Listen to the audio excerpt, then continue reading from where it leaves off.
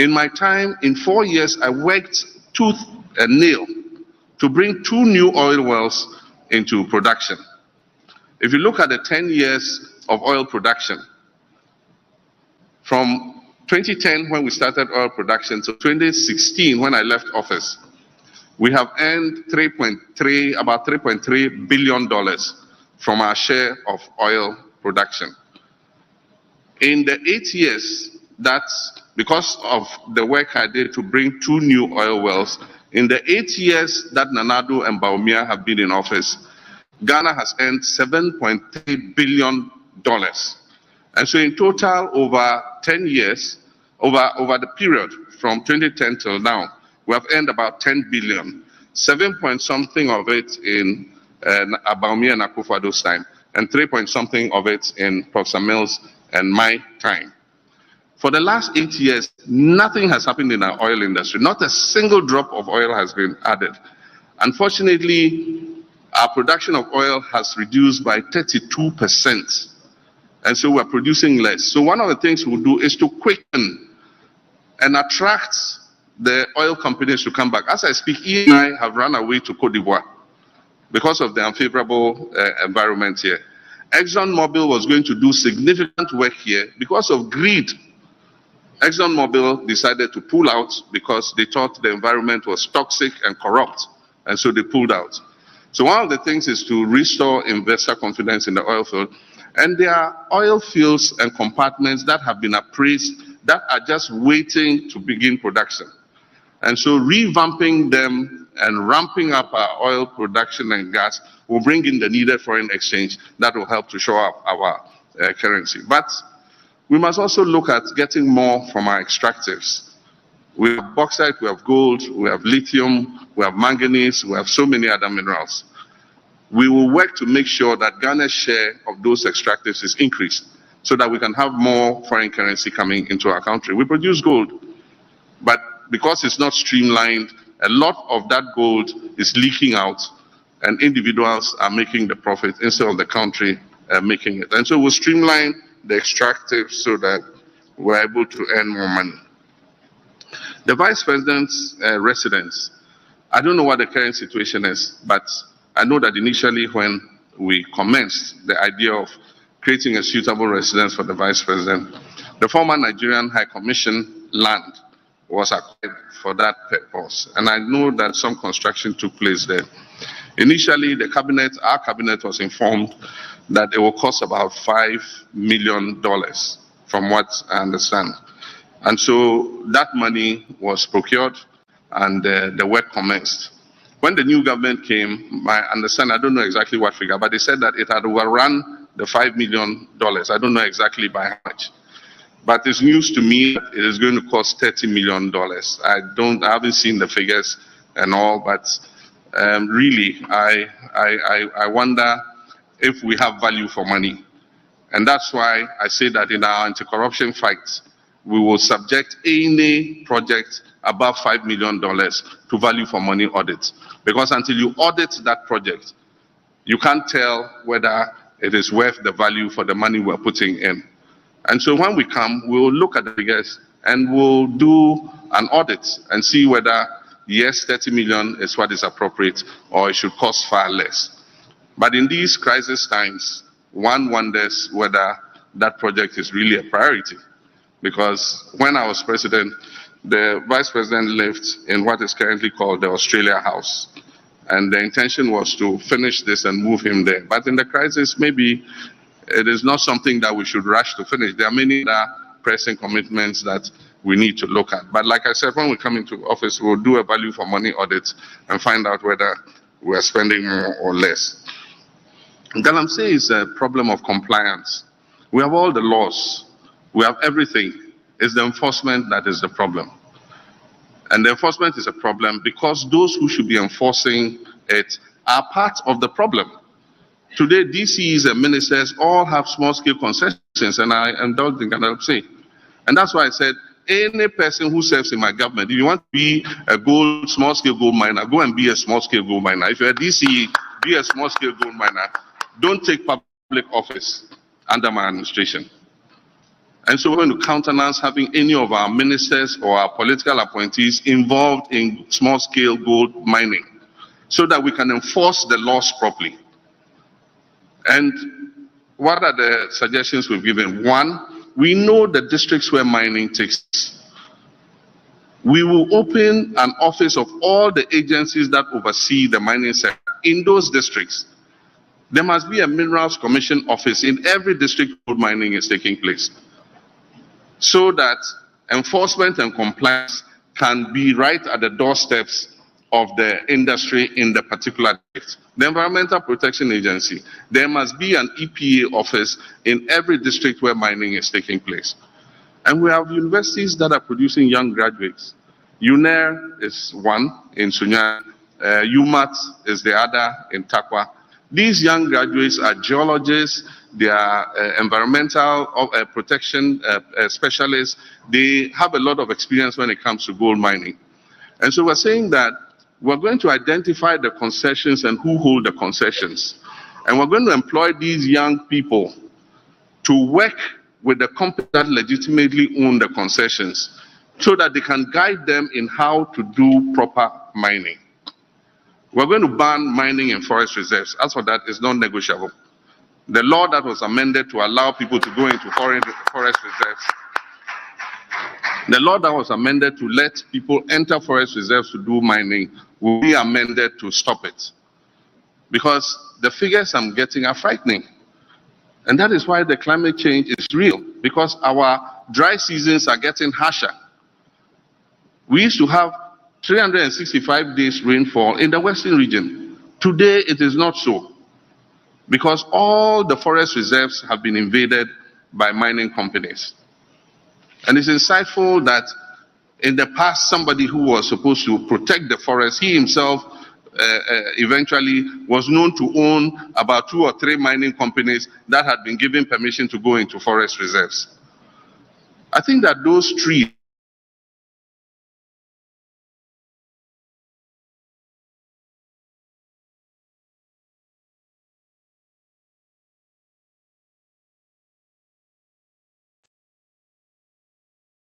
than Ghana, older than our ancestors, are more important than the gold that lie underneath them. And the point is, if we cut all the trees, we will be leaving a barren land to our children and grandchildren. We don't want the forest zone to become the savannah zone. We must protect those trees and rebuild those forest reserves. So we would stop the mining in forest reserves. The question about free SHS. Yeah, free SHS bill. I support any bill that will improve our education. 1, to make it sustainable. 2, to afford quality education for our children. And so any bill that would achieve this is something that I'll support. I haven't seen the bill, and I don't think that it has been subjected yet to stakeholder consultation. But we would want to see the bill. And I'm sure that when Cabinet has approved it, it will be laid in Parliament. And when it's laid in Parliament, as a parliamentarian, the normal action is to refer it to the committee responsible.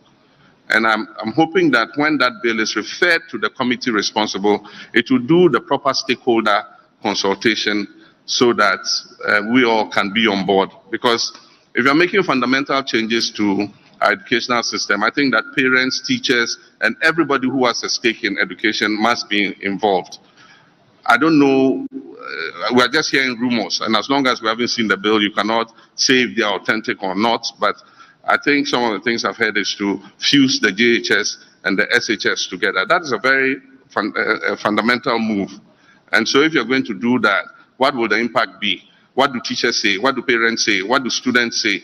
What do all the stakeholders in the industry say? There are rumors that BEC will be cancelled, and so it's just rumors we've heard. Until we see the bill itself, we cannot make any determination. But like I said, I will support any bill that goes to improve quality and sustainability of our free SHS. Thank you. But Your Excellency, she also wanted to know what your position on free SHS is. My position on free SHS? Aside the bill, yes. My position on free SHS is known. In 2015, I launched progressive free SHS. That's what the Constitution says. The only difference between us and MPP is the approach. We thought that we should put the infrastructure in place and we should do the necessary preparation to absorb the free SHS. And so we started with day students. We made it free for day students.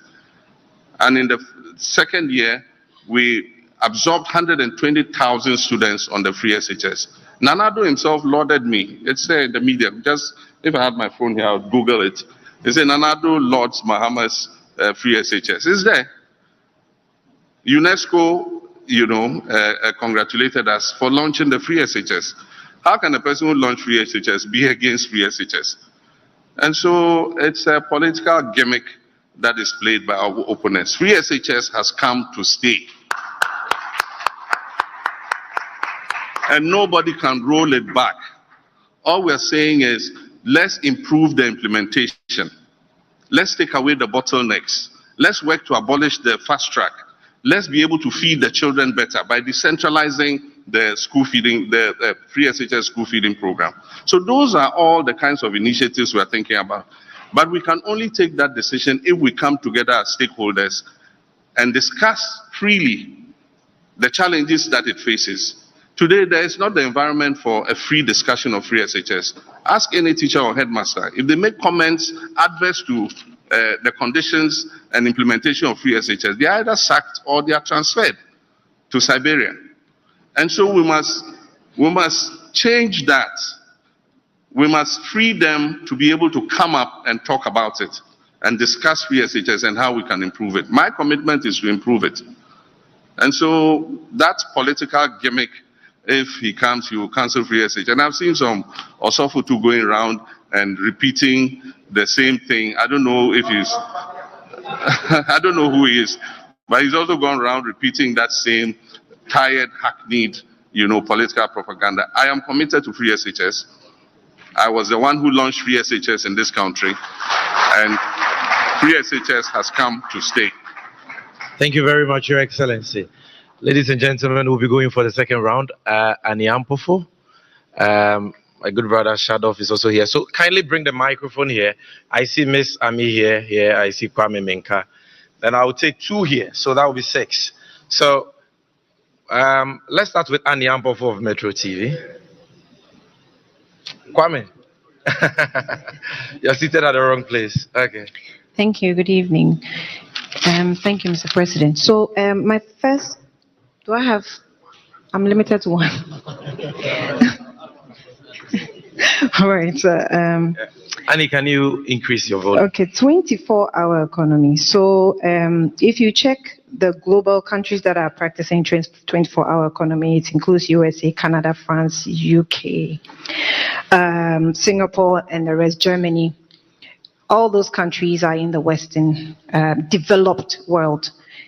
I'm just wondering, I checked the statistics with the France implementation, and I think one of their cardinal challenges has to do with labor.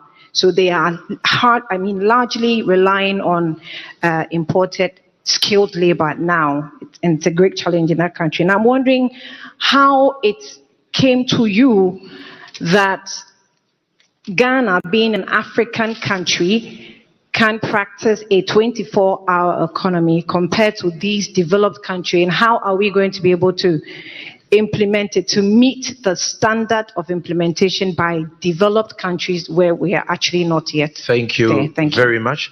I see that Pakwesi, I'll come to you. All of you, I'll come to you. But I see the gentleman by your hand. It's only fair that I allow that gentleman to ask this question. So let's take him. I'll come to you. Go on. Thank you, Your Excellency. My name is Felix Nyaba. I work with Express News. Your Excellency, your critics, especially your political opponents, says that you and the NDC cannot boast of any social intervention policies. Will you mind share with us what have you done on this social intervention policies in this country? Thank you. Shando, bring the microphone to the front. The man in that colorful bow tie. Yes. Good evening, Mr. President. My name is Pakwesi Shandoff. I work with Wesleyan Television. This is my question. When the NDC won the 2008 elections, they were caused by a section of the party, and indeed, the party's founder for the government of the day to be tougher on past corrupt officials. But it appeared that under the impression of Father for All, your late boss, Professor Mills, was lenient. And indeed, you've also been accused of that same leniency, if I have to put it that way. But years down the line, I'm inclined to ask, have you delivered yourself from that spirit of leniency? And, and if you have, what are the first 3 allegations of corruption that you would probe if elected? I mean, on my paper, there's a plethora of them, but in your books, what are the first 3 that you would probe? Thank you very much. Let's go to the middle lane. Miss Ami here. Then I'll come to you, Wisdom. I'll come to Wisdom. Then we'll go to the fire.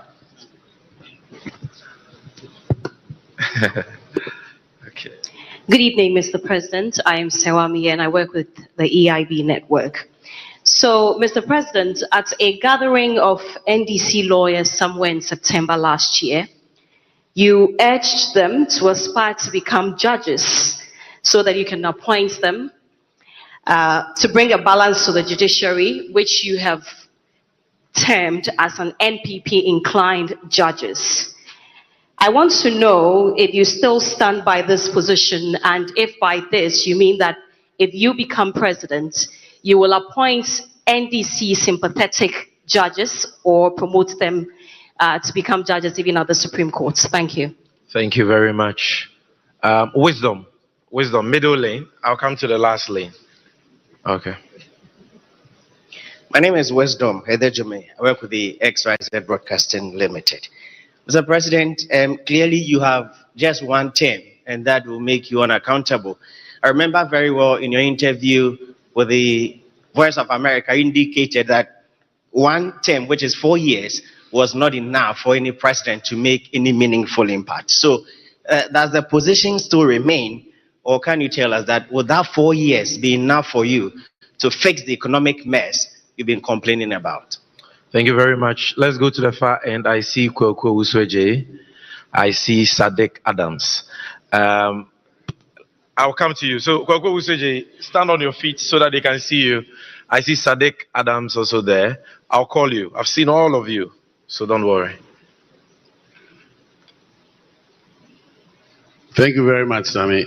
Your Excellency, if elected president, I want to find out what measures, specific measures you would implement to address challenges that that were faced by depositors and investors whose monies are locked up as a result of the collapsed financial institutions, including Men's Code. Thank you very much. All right. Thank you. So let's take one more there. Okay. There is one just by you, the gentleman who is sitting just by you, yes. Good evening, Your Excellency. My name is Blessed Sugan. I work with Joy News. Based on your success in the 2024 general elections, you would not just be the executive president of the Republic, you would also be the commander-in-chief of the armed forces. Your Excellency, there's a professor, Kwesi Enin, who's enjoying support from Imani Africa. They are in court asking the Supreme Court to enforce their interpretation of Article 202 of the Constitution, which will bar any new president from appointing new chiefs for the security agencies, including the IGP. You have a test case if you get to win the elections, which would mean that you have an IGP which is somewhere, who has an age range of 53. Mr. President, what's your personal opinion on, the security of tenure for such persons, and will you be willing to work, for instance, with the current IGP if you're elected president? Thank you very much. So that brings us to the end of this set. We have 6 questions. Your Excellency, we are all ears.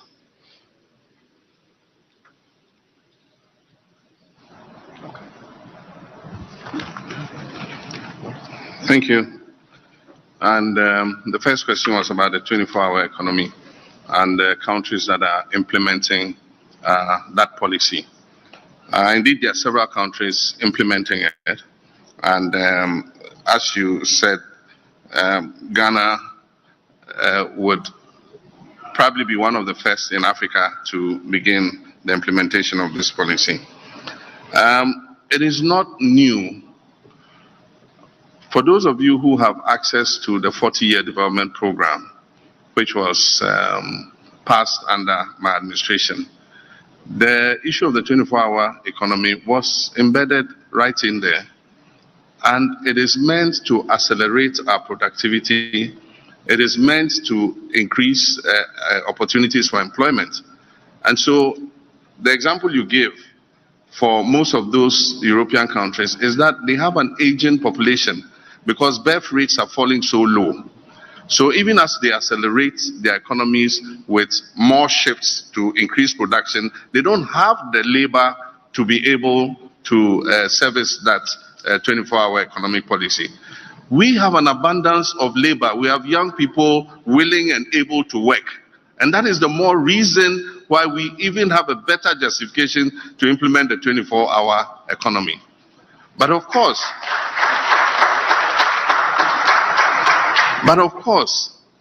there are people who come and say, oh, but there's 24-hour economy already. There are some businesses that are working 24 hours. Yes, they are doing that by choice.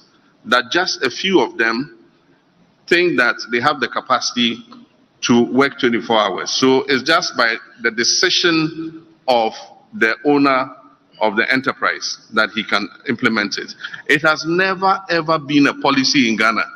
So the difference between what they're referring to, that, oh, some companies are running 24 hours, the difference is that we're going to make it a policy.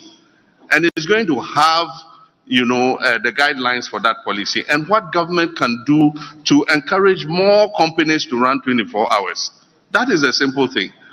And so we say we're going to bring a 24-hour economic policy. Oh, but we've never had a policy that regulates and guides how we can incentivize companies to do 24 hours. And I said that one of the things we'll do is give them tax incentives.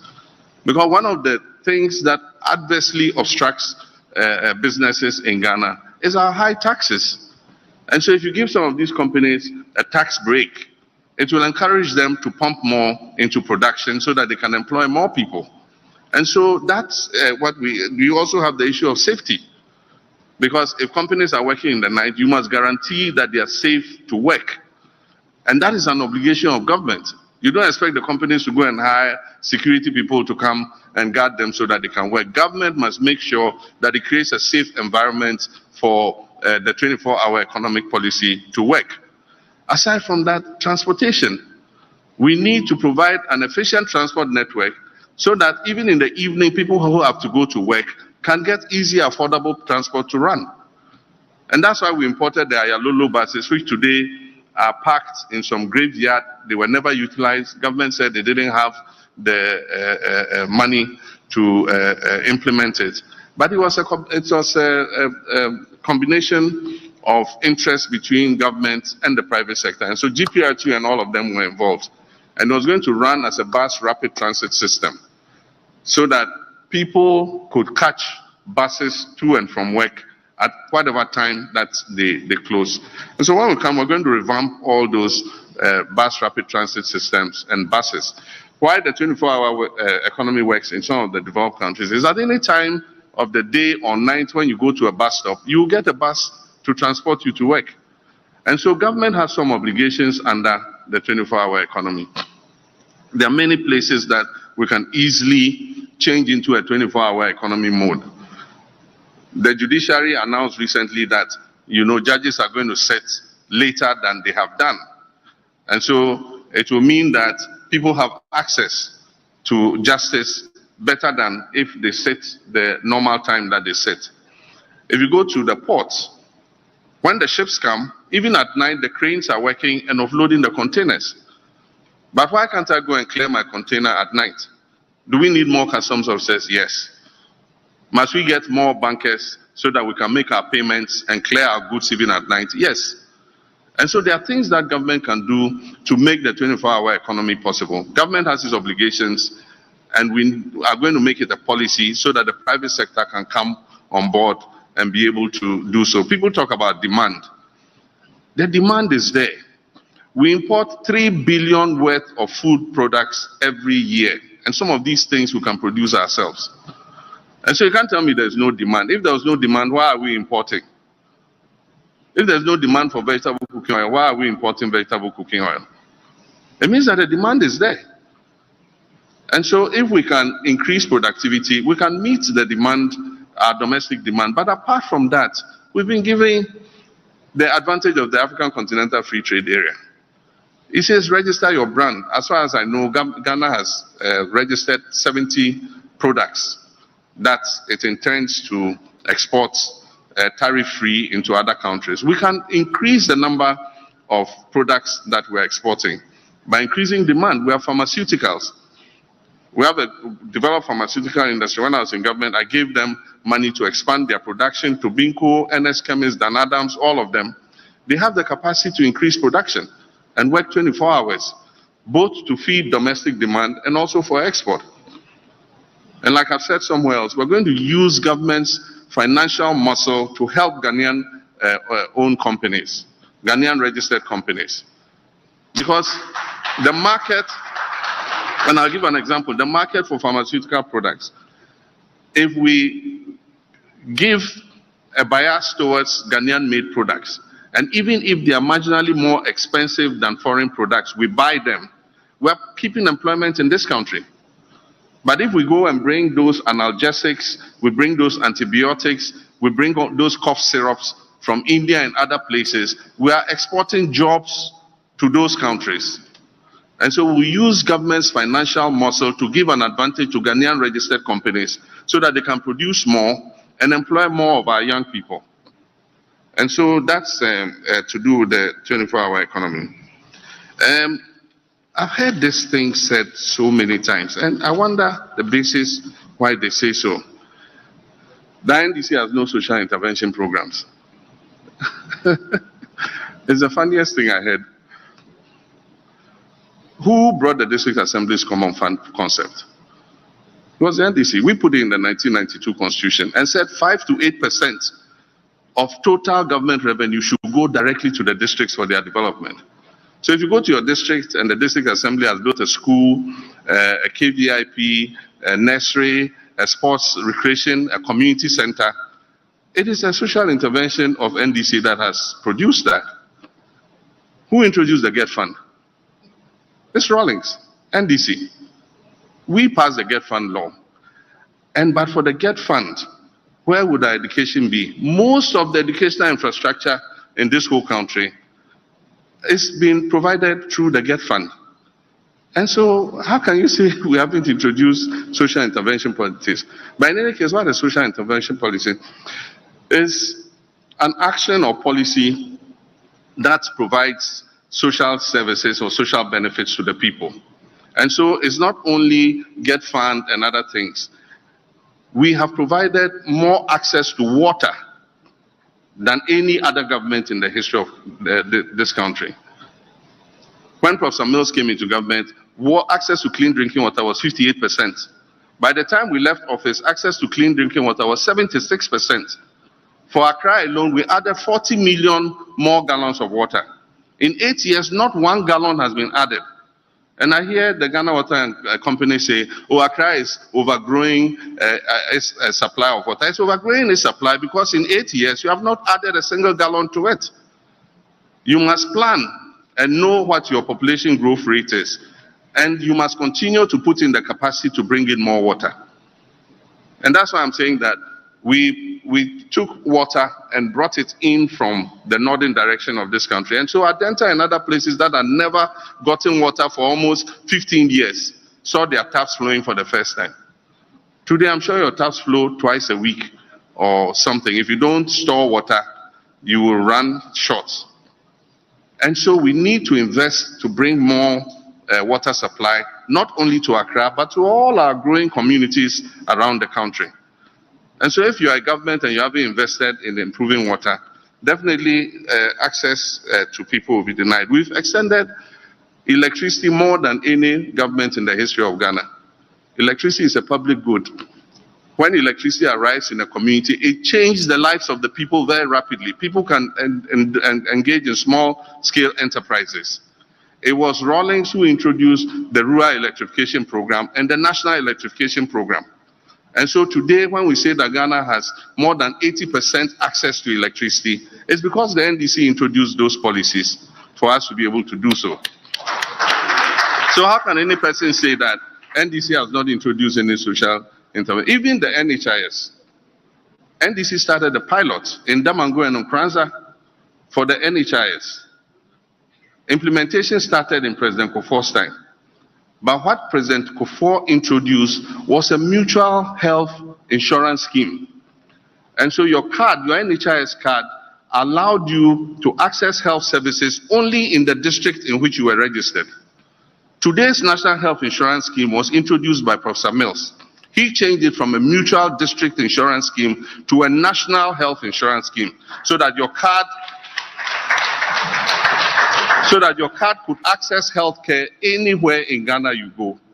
And so I wonder what is giving these people this idea. You know, I can refer to free school uniforms and free sandals. The free school uniform policy was introduced by Professor Mills. I can refer to the free textbooks for basic schools. When Nana Jane, seated here, was minister, she came and met a situation where 3 children had access to 1 textbook. By the time she left office as minister, every child in basic education had access to 4 textbooks of their own. If that is not social intervention, I wonder what else is social intervention. Even let's take progressive free SHS. It's a policy, the free SHS. I launched the free SHS. And so you can't say that we have not had any social intervention. If you talk about the cocoa sector, our policy of free fertilizer and free cocoa inputs and free seedlings changed the lives of the cocoa farmers. And if you remember, when I was leaving office, we did almost 1 million tons of cocoa because of the policy that we had of giving these inputs to the farmers free. If that is not a social intervention, I wonder what else is. That argument must stop. And the point even is, these people have done more harm to social interventions than any other government in history. They capped the NHIS, and apart from that, they starved it of funds. And so most people with an NHIS card today cannot access health services. You go, you get a consultation, there are no drugs, not even analgesics. You go to hospitals and they say they won't accept the NHIS card because the NHIS is not refunding their claims. And it's not refunding their claims because this government has starved the NHIS of money. They've starved the District Assembly's Common Fund of money. The Constitution said 5% to 8%. We were giving District Assemblies 7.5% of national revenue. When this government came, they reduced it to 5%. And the rest they are putting into the consolidated fund to spend at the center. And even the 5% does not come. If you go and ask any district secretary, he will tell you there's no money. They go begging the MPs to let them have access to the money in their district common fund accounts to be able to do even some of the basic things. And so this government is doing more. Get fund, decollateralize Get fund, and spend the money in advance. So Get fund is not able to continue the projects that it is undertaking because the fund has been collateralized. And so this government has done more harm to the existing social interventions than any other government in the history of the country. And so that is my take on that. And then you asked, have I exercised myself of the father for all, the father for all syndrome? My boss, my president, was a special person. He several times said he believed in looking forward and not looking into the past. And so I'm sure that people got away with some of the crimes that they had committed against the people. I became president 4 years later, after President Mills had done his 4 years. I mean, I came into office 5 months before the election. And so when I became president, it was going to be a bit difficult to be investigating things that happened in 2008. And so I said that, look, any allegations of corruption that are made against any public officer, I give the investigative agencies the free hand to investigate. And so I remember in those times, the National Service investigation, the JIDA scandal, people didn't even forget that I was the one who commissioned the committee of inquiry into JIDA. And all the issues that came up, the report was presented to me as president, and I gave the report to the media. And that is referred back to me as my crime of condoning corruption.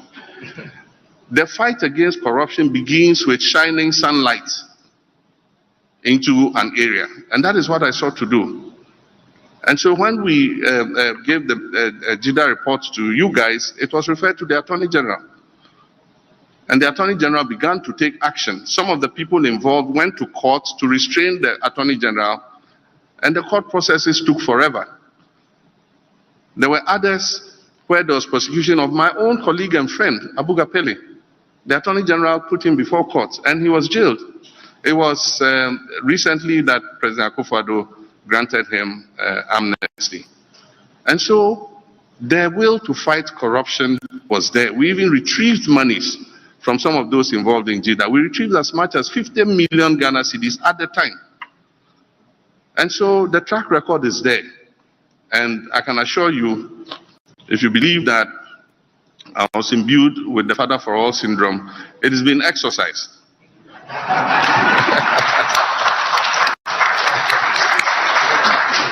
And it's been exercised because it's a demand by the people of Ghana. The people of Ghana are asking for accountability. And we must create a situation where everybody who agrees to serve must know that he will be held accountable to the people. We can't afford to fail. We've seen some things that are happening in other countries. And let's not think that Ghana is immune from that. And I can tell you, our young people are getting frustrated and desperate. And if we don't take drastic action and we think that it's going to be business as usual, we will be shocked at what would happen in this country. And so, it's not my demand, it's not a threat, as Nana Jane said, it is a promise that will hold public officers accountable. And it's not going to be only post-regime accountability. It's easy to prosecute your political opponents when they've left office, but the difficult decision of dealing with your own people when they go wrong, it is what makes you pass the test of the fight against corruption. And we're going to hold our people accountable. And so I've said it several times, if you get into trouble, I'm not going to be a clearing agent to clear you. If the investigative agencies catch up with you, you are on your own. All right, sir. And the appropriate sanctions will be taken. The issue of judges, I believe that our constitution gives the judiciary certain privileges. They are the only arm of government that does not renew its mandates. They don't go for elections to be re-elected as judges, and they're given security of tenure. I think that the obligation and responsibility of every president is to appoint fair-minded people. Human beings, as we are, would have our own inclinations towards one party or towards one religion or towards one culture or other. There are many things that make us who we are. But the obligation on when you become a judge is to look at the cold, hard facts and rule based on that. Some of the pushback that we're seeing currently is the penchant by this president to pack the courts. And only recently, you've seen what happened. And I can't understand why the Chief Justice will be the one recommending, which judges to appoint. The Constitution is clear. That is the President who appoints judges in consultation with the advice of the Council. And so the initiative to appoint judges must come from the President and submitted to the Judicial Council. It brings it back with advice to the President, and the President forwards it to Parliament. That is the procedure. It is very weird that this time the recommendation comes from the Chief Justice to the President, and even the issue of capping the number of judges. The Constitutional Review Committee recommended that we cap Supreme Court judges at 15. And so the issue of capping the Supreme Court is not for the Chief Justice to say. We will resurrect the Constitutional Review process when I become President. And when we do that, we will put it to the Ghanaian people whether we should retain the 15, whether we should reduce it, or whether we should increase it. And so I think that should be the Chief Justice saying that we should increase and cap at 15. And even when she says and cap at 20, and even when she says cap at 20, she has already recommended the 5 that will cap the 20. Thank you. And even bring it to 21. Because if you add that 5, it will go to 21. And so I think that we must, as much as possible, have the discretion. The President of this country has a lot of discretionary powers. But that discretionary power must be exercised with responsibility, and make sure that when you are appointing people onto the judiciary, which has security of tenure until they reach 65 or 70 or whatever age is recommended, you cannot remove them unless for state reason. And so in appointing people to such powerful positions where they are the arbiter of whatever happens in this country, we must make sure that we use a criteria of fair-minded people who can put their prejudices aside and be able to judge fairly, because they are the last resort when disputes occur.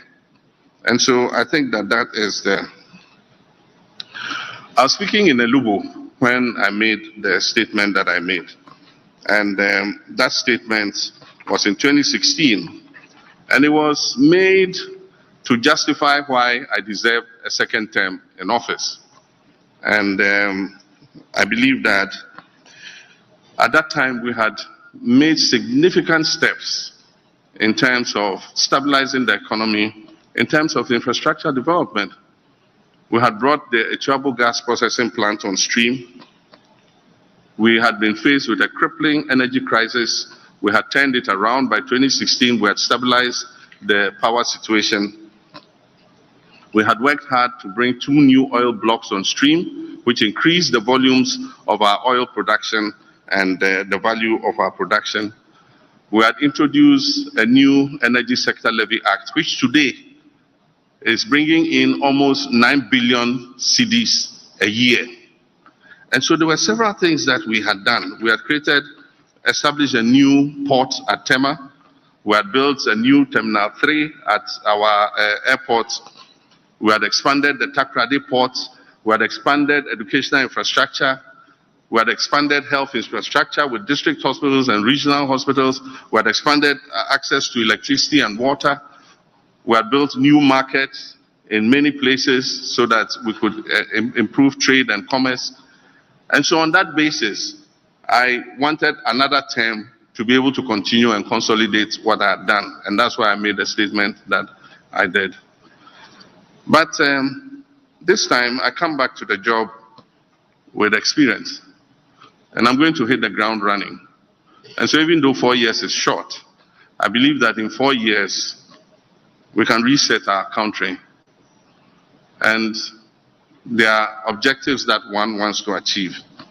And I say that in 4 years, we can establish a strong fight against corruption. It is possible for a president to do that. I believe that in 4 years, we can begin carrying out constitutional reforms and reviewing our constitution. And that is an objective that I believe I will put myself to and we can achieve in 4 years. In 4 years, we can begin to turn around our economic fortunes and stabilize the economy. I don't say that it will become a land of prosperity, but at least we'll turn around the decline, stabilize the economy, and put it back onto a path of growth. In 4 years, I believe that we can ameliorate and alleviate a lot of the hardship our people are facing currently. Because in stabilizing the economy and stabilizing the currency, we can reduce inflation and reduce some of the hardship that our people are facing. I believe that in 4 years we can improve our infrastructure.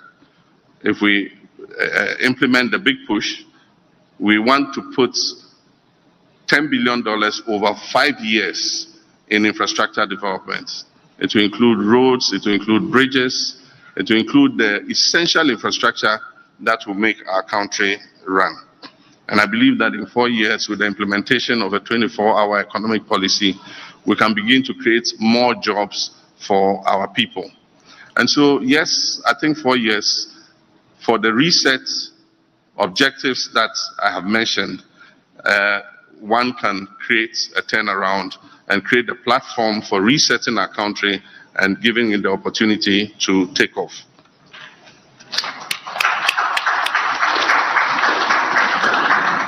Currently, the prosecution of the Men's Gold chief executive is ongoing, but I think that it should go beyond the investigation.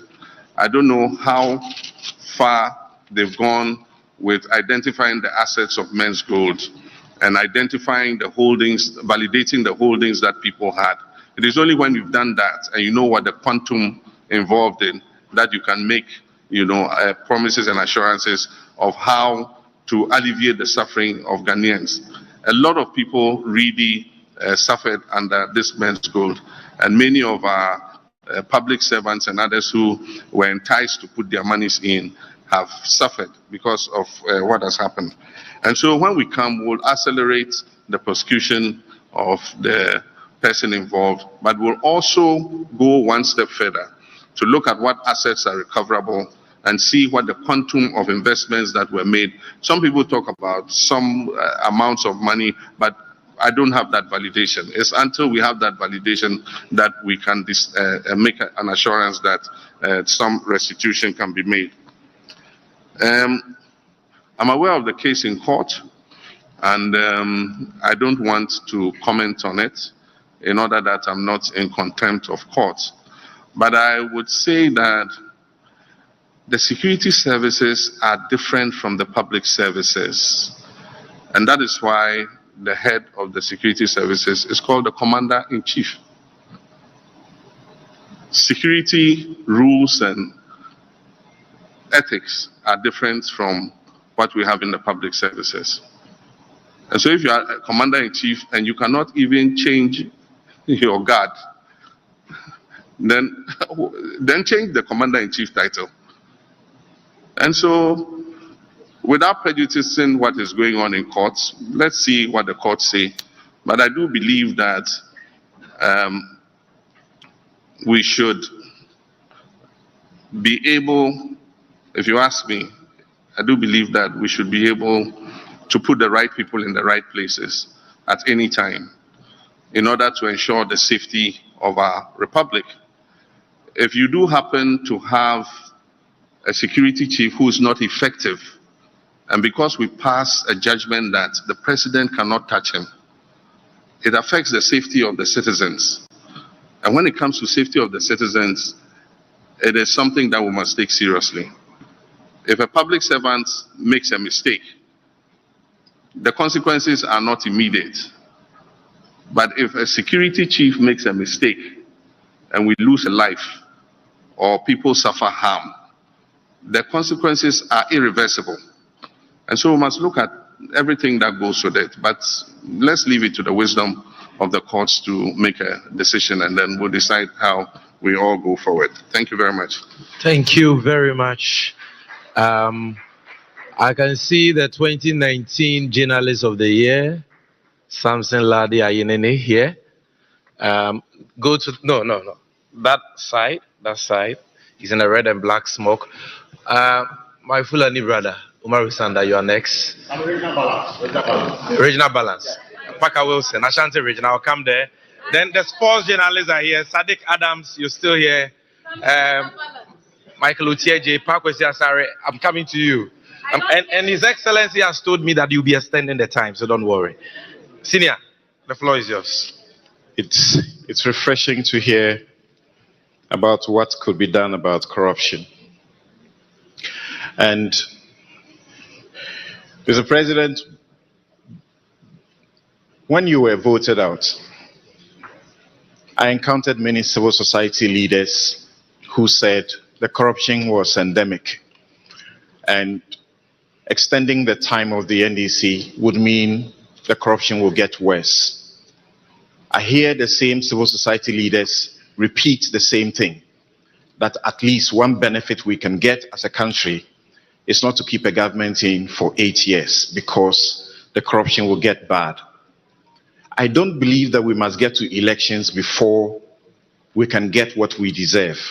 I believe citizens' power ought to be exercised without the kind of repression we see with the police today, so that a young man, a PhD, Oliver Barker-Vormawor, is facing prosecution, staging a coup on Facebook.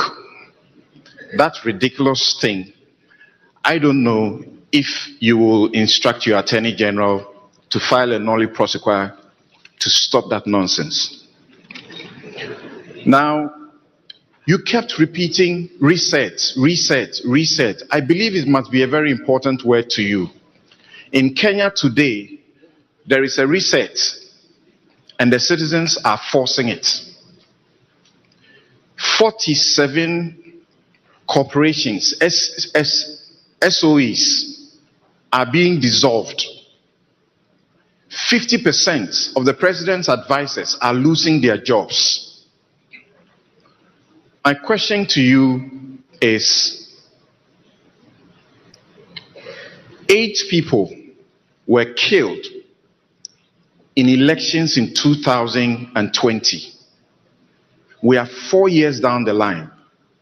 Those lives must matter. Over 200 people in Ashaiman were brutalized by the army, and I wrote about it as state-sponsored terrorism against them.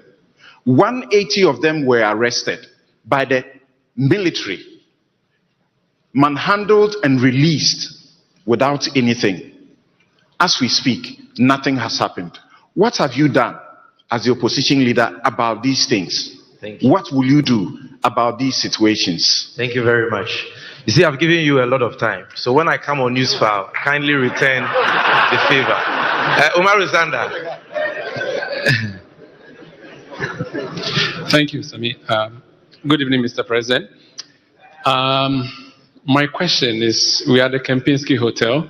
A few meters from here, there's a hole that has been described variously as the world's most expensive hole. My question is, when or if you become president, will you cover that hole, complete the hole, or convert the hole? That's my question to you. And just across the street from that hole is the Office of Special Prosecutor. What's your plan with the OSP? Thank you so much. For this round, I'm going to stay here for a while. I see Yatiti at the back. So let's go for a woman. Good evening, Mekachi. And Your Excellency, my question no Yanubuchi, Mame, Pacho, with all permission. Thank you. Abandoned projects. Mentia said the entire buying be able person starting a day. Near the taxpayers' money, Ako Bobo Singer. No project needs to one up. Look at Sagleme. E-blocks, Basa. At the end of the day, a car ya dear near IMF no. A ya Sabosiana, ya Bona, ya project SCCWA. Yentimin completing a dear Druha. Eti me pacho Your Excellency, abandoned projects. Wo big push, Also wo by starting for. And now the war no be ye. And our friend so ports. Yes, you have taxi beer, sebe, nyansenim. And a Toyota Viz, unkita 70 to 80,000 with mentor. I don't know why we are here. Intimate patcho, dear now obey because bre. Thank you very much. Thank you. Alaska, Ahoto FM.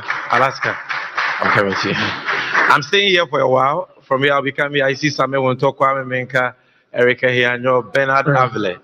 I know he has a question. He has a laptop in front of him. Right. Thank you very much. My name is Alaska the Don with Ahuto FM. Mr. President, my question has to do with our universities. Most of the times, we normally talk about free SHS without talking about the tertiary institutions, especially the universities. But there are a lot of challenges and problems there. My question is, what are you doing when you are voted for as a president of this country with regards to problems going on at the tertiary institutions? Thank you very much. Thank you very much. We've taken a lot. Okay, Benjamin Akakpo. I see you at the back. Benjamin Akakpo of Joy News.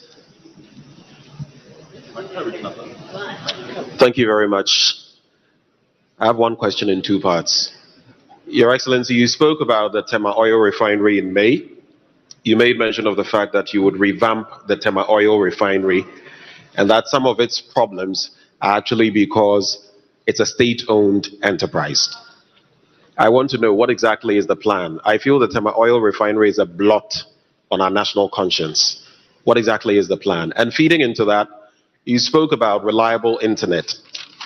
The last I recall, we had GhanaSat 1 launched in 2017, decommissioned in 2019. But if you paid attention to the recent internet shutdown and the concomitant effects, you would realize that we are susceptible to some of these challenges. Is your administration going to consider low Earth orbit satellite technology to ensure that we can have internet stability? Thank you. Thank you very much. So before I move here, those of you here who still have questions, can I see you by hand? Okay, do me a favor. Is it okay to stand this way? Yes. Can you stand in the aisle for me so that I know that you are the ones left? Once we do you, we know we are done with here. No, if you can come and stand this way. Yes, in the aisle. Just for a few minutes. Yes. Okay. Okay, you go back to your seats. I think the number is huge. I underestimated it. The number is huge. So you sit for a while. I'll come back. Let's go to Parker Wilson from Ashanti Region. Thank you very much, Sammy. Yes. In fact, thank you for recognizing the importance of regional balance. Thank you very much. Your Excellency, you spoke a lot about how you're going to deal with corruption when, of course, in your next government. But then your critics say you are only flexing muscles with the wind because as an individual, you've been accused of your flirtation with the Airbus scandal. Okay. I want to know how you would respond to your critics when they say that your corruption activities led to the Airbus scandal. Thank you. Thank you very much. I'll take one last one, and that will bring the total to 7. Okay, another person from Ashanti Region, Ofori from Mercury FM, Ashanti Region. Thank you very much, Sammy. Your Excellency, my name is Oforiata. I work with... Please, I'm the innocent one. I'm not the notorious one. Don't be scared at all. I'm not the notorious one.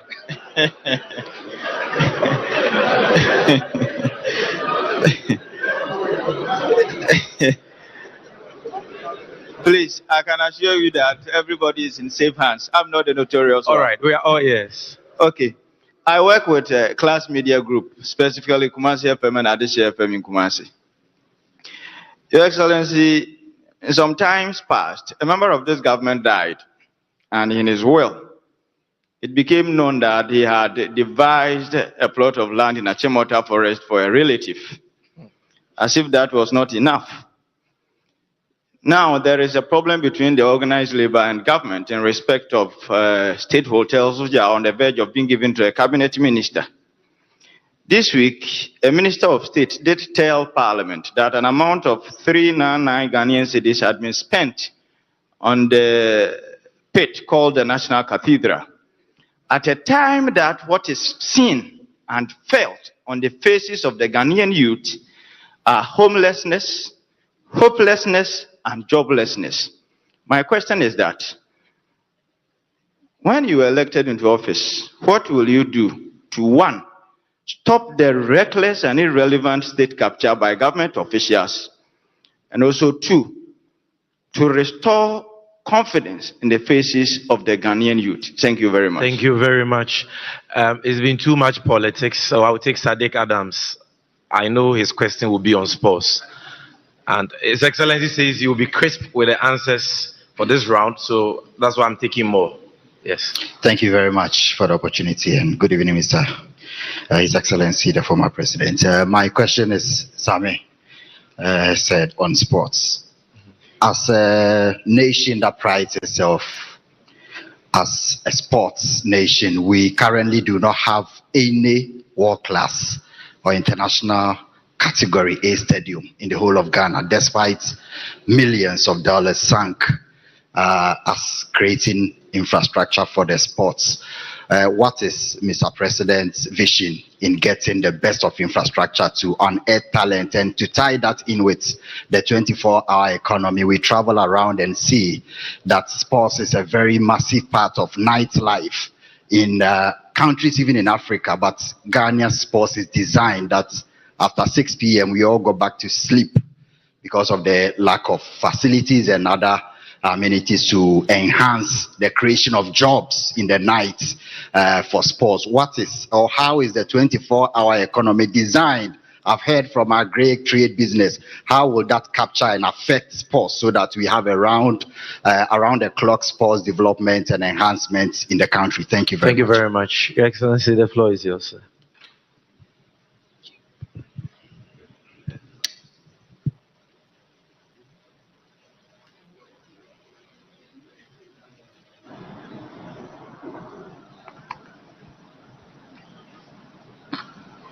Thank you very much.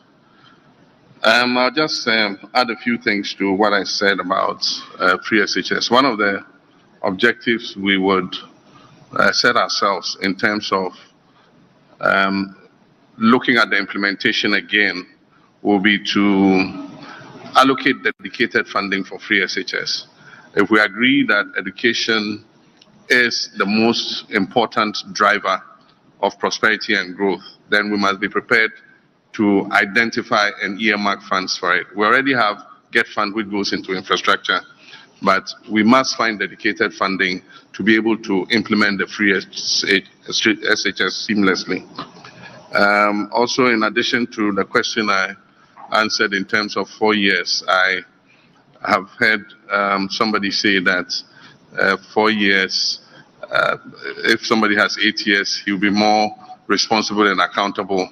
And if somebody has 4 years, he will not be accountable. I mean, it's the most illogical statement I ever heard. Meanwhile, the same person said 4 more for Nana. And so, if you follow that logic, it means that no president deserves a second term. That's what the person is saying. So even your 8 years you are talking about, it means when you win and you want re-election, you're not going to be accountable. And so let's, put that illogical thinking aside and look forward. The first was about the prosecution of the laptop coup. In regards to our colleague Bakavoma. And I do think that I don't want to be in contempt of law, but I can say on authority that I don't think that that prosecution was necessary. And so let me just keep it like that so that I don't get cited for contempt. I think that prosecution was unnecessary, and it was an overreaction by the government. With regards to what is happening in Kenya, I don't think that we have to wait for the backlash of what the youth did in Kenya for us to do the things that we have to do. And that's why I started talking. I said, look, the time has come for us to act, and that it can't be business as usual. The Kenyan youth have sent a signal to the whole of Africa that they will push back if the leaders don't do the right thing. And so definitely I'm signaling that it will not be business as usual in our new administration. We'll cut out waste, we'll cut out opulence, we'll bring a code of conduct for public sector, public appointees, especially political appointees, in how they behave in terms of their modesty, in terms of their humility. Your appointment to that office is an opportunity to serve. It's not an opportunity to lord it over the people. And so our political appointees and public office holders must change their attitudes. And so that is what we're going to insist on, that people that we appoint are modest people, they are humble, they will open up to the people, and they'll do the things that will make the lives of our young people better. And so we're going to hold them to a higher criteria of service than people have been held to in the past. And that's why I say, if you agree to serve, you must serve and not have other side businesses and do other things. You must not go and buy state property. Anybody serving in my government will not be allowed to buy a state asset. Nobody serving in my government will buy a state asset. Vehicles or cars or buildings or land or anything, nobody serving in our government will be allowed to buy a state asset. With regards to the deaths, I have the same opinion as you. 8 of our citizens died for no reason, and our president has not even extended any recognition of what had happened. And no attempt has been made to investigate. I have said in several places that we'll investigate what happened and find out those culpable for those deaths. And aside from that, we'll compensate the families adequately on the loss of their loved ones. And it's not only the deaths during the election. You mentioned there are shaman brutalities. It shouldn't have happened. I mean, a soldier was killed, very unfortunate, by a group of armed robbers. And because of that, a whole community was subject to brutalization. I don't think things like that, should happen in the 21st century. And so I put out a statement when it happened, condoling with the victims, and also asking the military to exercise patience. I believe that the military work in a very difficult environment. They are responsible for our safety and security. But at the same time, they should recognize that the money the taxpayers pay that put them in that uniform and give them those instruments are to protect the citizens and are not supposed to be used to brutalize the citizens. And so we need to see how we deal with that. Ayawaso West Wogon, a whole commission of inquiry was set up. Government has with impunity refused to implement the recommendations of the committee. Only recently I visited one of them. He was a footballer. He is unable to go back to work or do anything because of the infirmity in his leg. And so I went and presented a freezer, a flat screen TV, and 5,000 cedis to him in order to help him keep going. And I believe that people like that should be adequately compensated so that they can live their lives again. I am a Christian and I belong to the Assemblies of God Church. Ordinarily, building a house of God is something that we all do. I contributed monies in my local Assemblies of God branch to build our church. And it's created an environment for us to praise and worship our God. But I don't condone stealing in the name of God.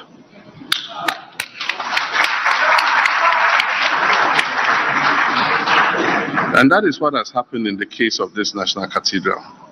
It is instructive that members of the Board of Trustees, some of the members of the Board of Trustees have resigned, and they have called for a forensic audit of the National Cathedral. I'm not saying it.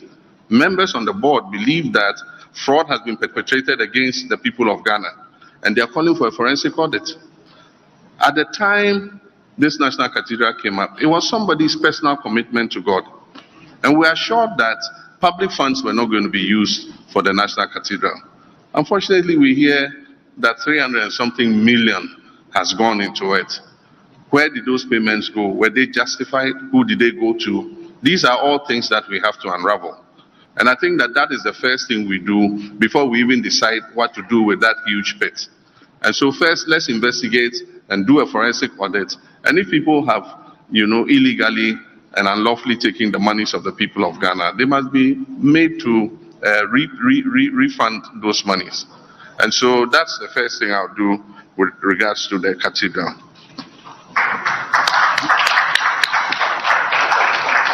Yeah, Titi Medase.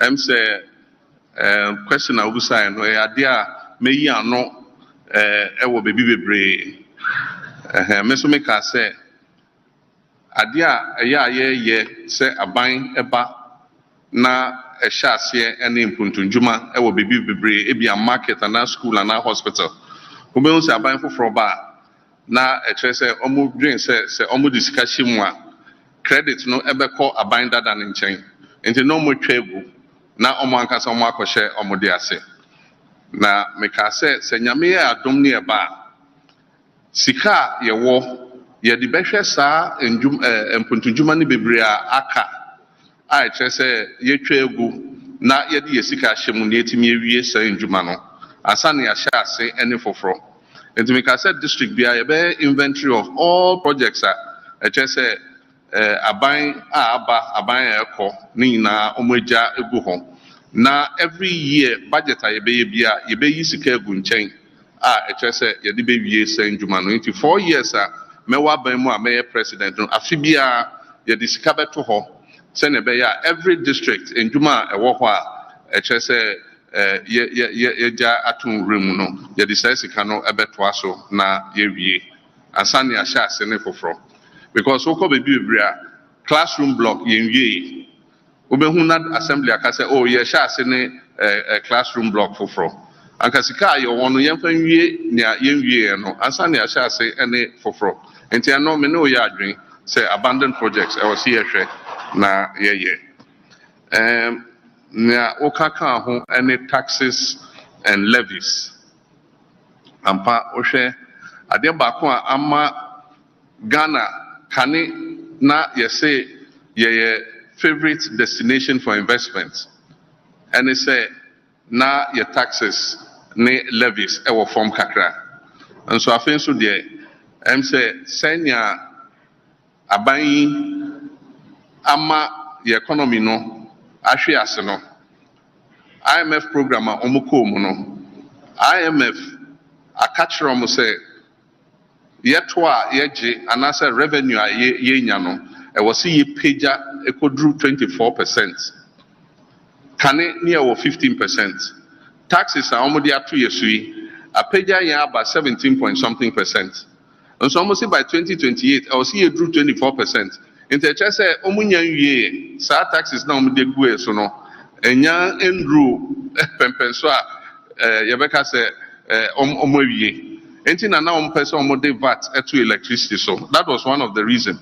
And so yes, a TU se mo ekotia ya anka by now electricity bill bia anka VAT edaso.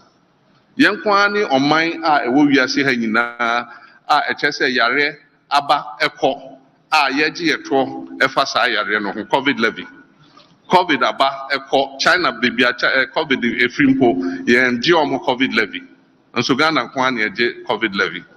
And it's an your man who share emissions tax and it's our taxes nina a year twa a buying edit 2 years so as a result of IMF agreement on my year.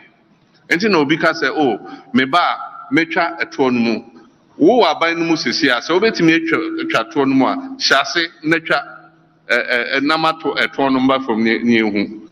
Men can say o monto mami ansa meba sa a toy me year free home. Enti niaoka no ne no kre no. One of the things I ben say you be streamline VAT because mentia say obekọ ejom na enkrofo miensa eton ade baako eye VAT 3%, baako ne VAT e wo soro kakra, baako so VAT ye 21%. Meanwhile omunyina the same customers. And he said, me ba ho na obeje me VAT 21% a meko ne obeje me 3% no. And you see a streamlining so that traders in will pay the same rate in terms of value-added tax.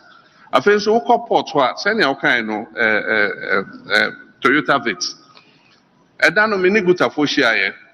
Me for an example of car ubia imported and me kind levies and taxes also. About 23 levies and taxes. So what has a duty and it's an yomana and no you harmonized ECOWAS tariffs into duty no one to me. But the problem the levies and port charges are illegal. We rationalize all those levies.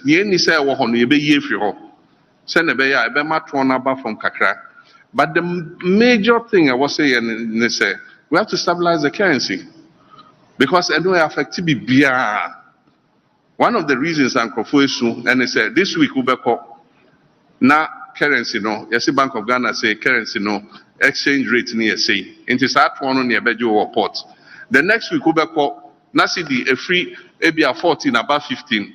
It is at one now Obetia in CDs no, net as a costro. Into one of the priorities of government will be to stabilize the currency and stabilize the economy. Senebeya obia asombejono. Enti emse emoya memanono. Universities, what are we going to do about tertiary educational institutions? There are many challenges there. One of them is that students don't have enough hostels to live. And so they have to go for private hostels. And the private hostels are expensive. And so one of our objectives in our manifesto will be to accelerate the building of hostels. And we're going to do that with private sector. The universities have lands. And so we can engage the private sector to build hostels. And we and them will agree on the fees that should be charged in the hostels. The government alone cannot build all the hostels to accommodate the students. But there are Ghanaians who have investable funds that they can use to provide hostels. If you go to the universities today, what they'll take you through in terms of eligibility to build a hostel, they want to see your bank balance, they want to see this, they want to see, so many things.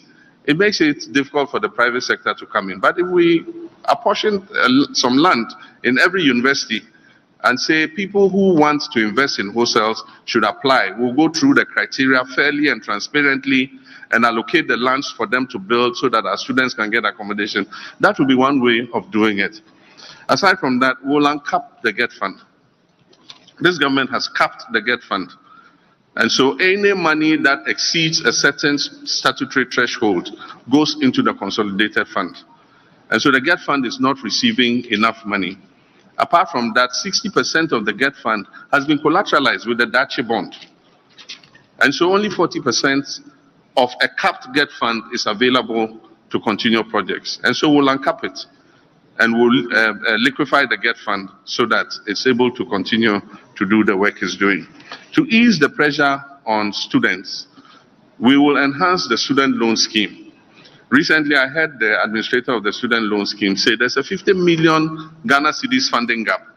And so they are not able to accommodate all the students in terms of the loans that they give. And so government must enhance the loan scheme so that the quantum is enough to be able to take the students through, but is also able to cover as many students who need that support as possible. And so those are some of the things we'll do for tertiary education. TOR is a shame and a disgrace to our country. This was a flagship project by President Nkrumah, and it was one of the first refineries to be built in Africa. Today, TOR is a pale shadow of itself. When I came, I did my best. I restarted TOR. They started refining products. Indeed, before I left office, our first shipment of crude from our own oil field was given to TOR to refine. And then we left office. The new administration came. That shipload of oil sat in the tanks for years. Eventually, they discounted it and sold it out. And TOR hasn't worked since then till now. All TOR is surviving on is the revenue it gets from the single buoy mooring facility that offloads petroleum products and their storage tanks. That's all. Aside from that, the refinery has not been working for almost more than 6 years of this government's administration. And so when I say we'll come and we'll revamp TOR, it's because it is an important industry for the growth of Tema. It's an important industry for the prosperity of Tema. And there are a lot of young people who can find jobs with a refinery that is working. And so we'll strategically work with any strategic partners who are available to revamp the refinery and even expand it. TOR has extra land to accommodate even another refinery. And so if we have people who are ready to invest with us, we would let them come on board. We will have a stake. They also will have a stake. And they'll not only revamp TOR, but if they can even build an additional refinery to increase the capacity of TOR, it will be a good thing. It will provide employment, and it will also make the cost of our petroleum products more predictable. Because if we are refining the crude oil ourselves, we can lower the cost of petroleum products. But if we are importing from outside, we must accept whatever price we get on the international market. Fiber cuts. Yes, optic fiber got cut and the internet was disrupted. We have several submarine cables that, provide service to Ghana. We don't know exactly what happened, but there was an undersea cut that affected the cables. And so they've been repaired now, and so we can have connectivity. But luckily, technology is always progressing. And so the cost of satellite internet has come down. And due to Elon Musk and his Starlink and other such producers, you can buy a Starlink dish and get internet connectivity. And so it gives us a quantum leap to be able to send internet connectivity to places that we didn't dream of before. And so in our schools, in our government offices and other places, we can go and put these satellite dishes there and give them instant connectivity. And the rates are quite affordable. And so many private people have even started using satellite internet. And so the technology gives us more possibilities to create universal access in our country. We even have domestic fiber cuts. When they're doing road construction, they cut the fiber links. And so we also must be careful how we protect the fiber that we have. Let's see what else. I think we have done Achimota Forest. Achimota Forest and Airbus. Yeah, Achimota Forest. Yes, sir. I mean, a lot of allegations were thrown against me. I've been out of office for 7 years and 7 months. You think that if this government had anything they could stand on with how they hate my persona, they would not have prosecuted me for it. Airbus, the president referred it to the OSP, and the OSP is supposed to investigate it. You don't expect me to investigate myself. And so, if they had something to stand on, I'll not be standing here today. The same thing, hotel in Dubai. I challenged them. I said, let's go and find that hotel. I myself am in need of money. We'll find it, we'll sell it. You give me my small share and government can take the rest. Till today, $10 million for diaries. President Akufo-Addo himself said it, that my government has spent $10 million to import diaries. They've been in office for 7.7 years. Where is the $10 million for diaries? And so I've challenged the MPP and the mudslinging and the lies they've told about me at every juncture to come up with proof of the allegations and prosecute me. I am an adherent of accountability. And I've said anybody who serves in public office should be prepared to be accountable. And that accountability must start with myself. And if they have any allegations that they could prove, they would have done so by now. It's just a political gimmick. When elections are coming, then they start raising all kinds of issues and all that kind of thing. But I remain focused. My commitment is to fight corruption. And if I come into office, I'll hold their administration to the high standard of accountability. And those who serve in my administration would also be measured by the same yardstick. Yes, I could buy the bob, I buy the bob, Techino. Techino. No one ever go by. Thank you, sir. I buy the bob Techino and no one near the bob. And then Achimota Forest and looting of state lands and others. I've said that no person who accepts to serve in my administration will be allowed to buy any state assets. When you finish serving and you go and you want to do whatever, it's your palaver. But as long as you are an appointee under my administration, buildings, lands, vehicles that belong to the state, you are not going to be allowed to buy or invest in any state asset. Thank you. Thank you very much, Your Excellency. So, ladies and gentlemen, you will agree with me that time is fast spent. I can only do one last round, and we will call it a day. But His Excellency has told me to assure you that we are going to have this media encounter again very soon. Sir, that is right? So we're going to have the last round because, and so after this round, His Excellency will give you the answers. We will do the vote of thanks and the closing prayer. But I would like to appeal to all of us to remain in our positions. My sister, the spokesperson for His Excellency, Joyce Muktari Bawa, has an important announcement for all of us, which we don't want to go out. So that is what is going to happen. Now I see, okay, I see Captain Smart. I'll come here. Captain Smart, Captain Kojo Smart. Is he here? I'm here. Yeah. He's in the middle lane, yes. I'm here. Bernard, I'm coming to you. Yeah, so Captain. Sami Medase. Your Excellency, my person, my country. The Edikan is a Fourth Republic, Yahoo Rollins, Yahoo Kufor, Yahoo Professor Mills, Wa Yahuda, Abedi Bampeni, Yahoo Nanda Nebuchadnezzar, and they are Hoyina. It sounds like Yanti Bibi Fufrubia. I say you who know your son could dear chili, yet that nana, what can I say? Then Pana at the Fufra, who second coming, no. Who says a gunner for you, who ye dear chili, may a twabama. Thank you very much. Oh, try answer Chikewu, last one, for we so. Pacho, what can say? What be move for no? Ubia and talk Ghana Japadi. Now, one who says here on what to know. Obey one day. Now, banks today good. Uba what they want license and the Bema one answer won't find. But that's it. Thank you. Kojo Yankson. I see somebody here. Kojo Yankson. I'm coming. Thank you. Do that. Your Excellency, if I may say, this is a very good idea, and I hope you do stick to your promise to keep having such events. My question, if you win in December, do you still intend to grant an amnesty to the repentant Galamseyers?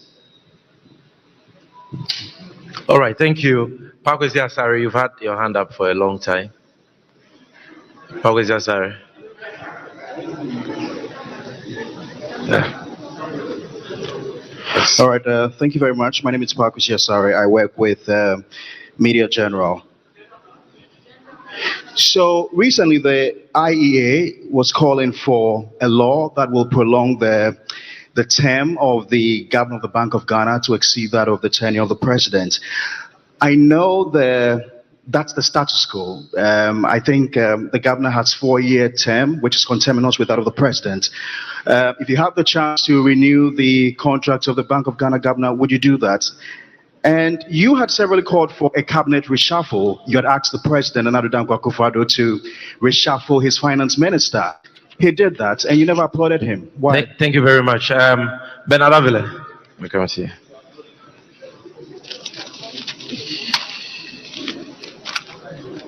Thank you very much, Sami. Thank you, Mr. President. I think there are two pending questions that were forgotten, the sports question and then the Umaru Sanda question on OSP. So my question is, you said that you can work with 60 ministers, which is interesting. The number of DCs has increased from 110 to 261. And it appears when districts are created, the EC also increases the constituency. So now we have 275. Those are also arms of government that are expensive. Now, while this is happening, the AMA had 9 districts created out of it in 2018 to 2019. So we're increasing districts. We are creating new districts even in AMA, but AMA has only 3 sub-metros. So the ability to raise revenue is also lower. So it's still one question. Are we going to stop at 261 districts, 275 constituencies, cutting costs?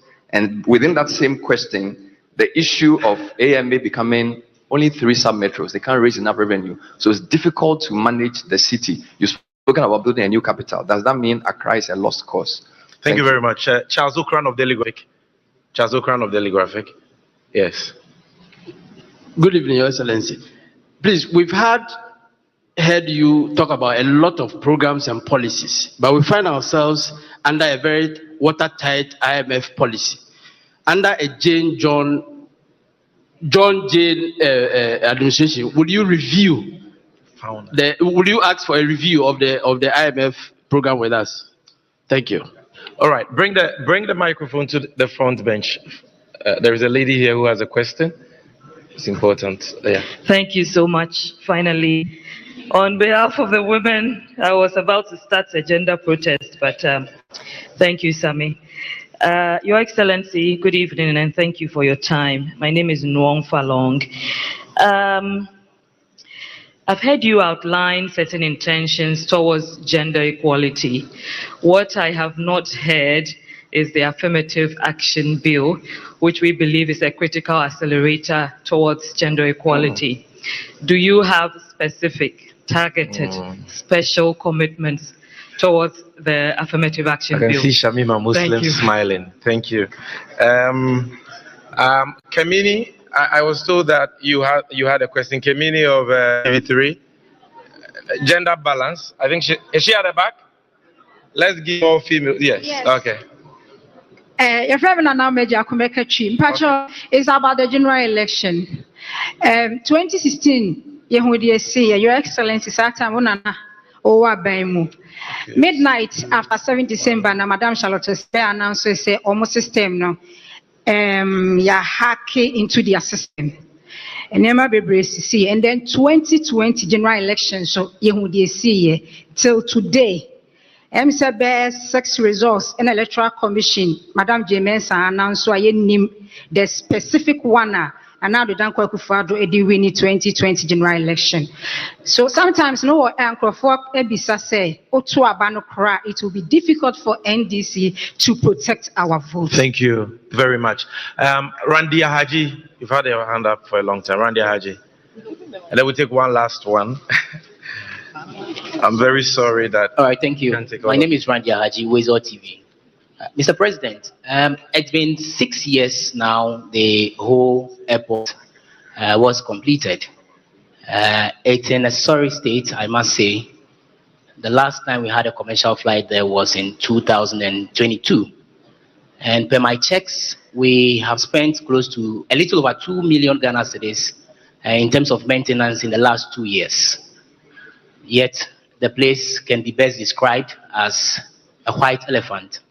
Mr. President, what will you do in your next administration to ensure that the whole airport gets some revitalization? Thank you. You very much. Kwame Usudanso, the gentleman in black, will have the last one for this round. I'll defer to my colleague. I think my question has been asked already. Thank you. All right. So then let's go to the far end. The lady, Rebecca. Yes, you've had your hand up for a long time. Thank you very much, Sami. My name is Rebecca Iwa. Your Excellency, please, should you win the 2024 election,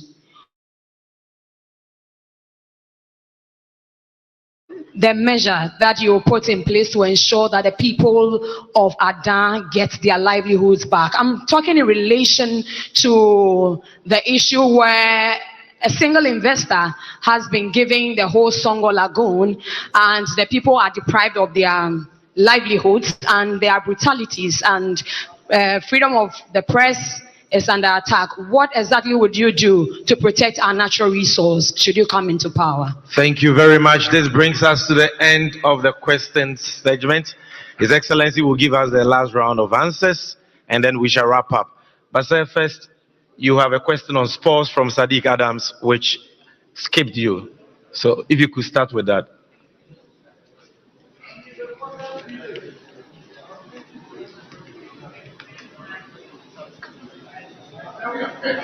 Men's good in the backs. I'm sorry I missed the question on sports. And one was whether we intend to provide a world-class sports stadium. It says that we don't have a world-class standard sports stadium. We've been to several countries. We've gone to watch matches. I've been to Wembley before, and it's a stadium of a different class from what we have here. And often countries are energized to build this stadia if you bid to host something. It creates the opportunity because you know that you will get returns on the investment when the tournament comes to your country. And so I remember when we bid for the African Cup of Nations, some rehabilitation of stadia took place, but we didn't see any news, a world-class stadium built.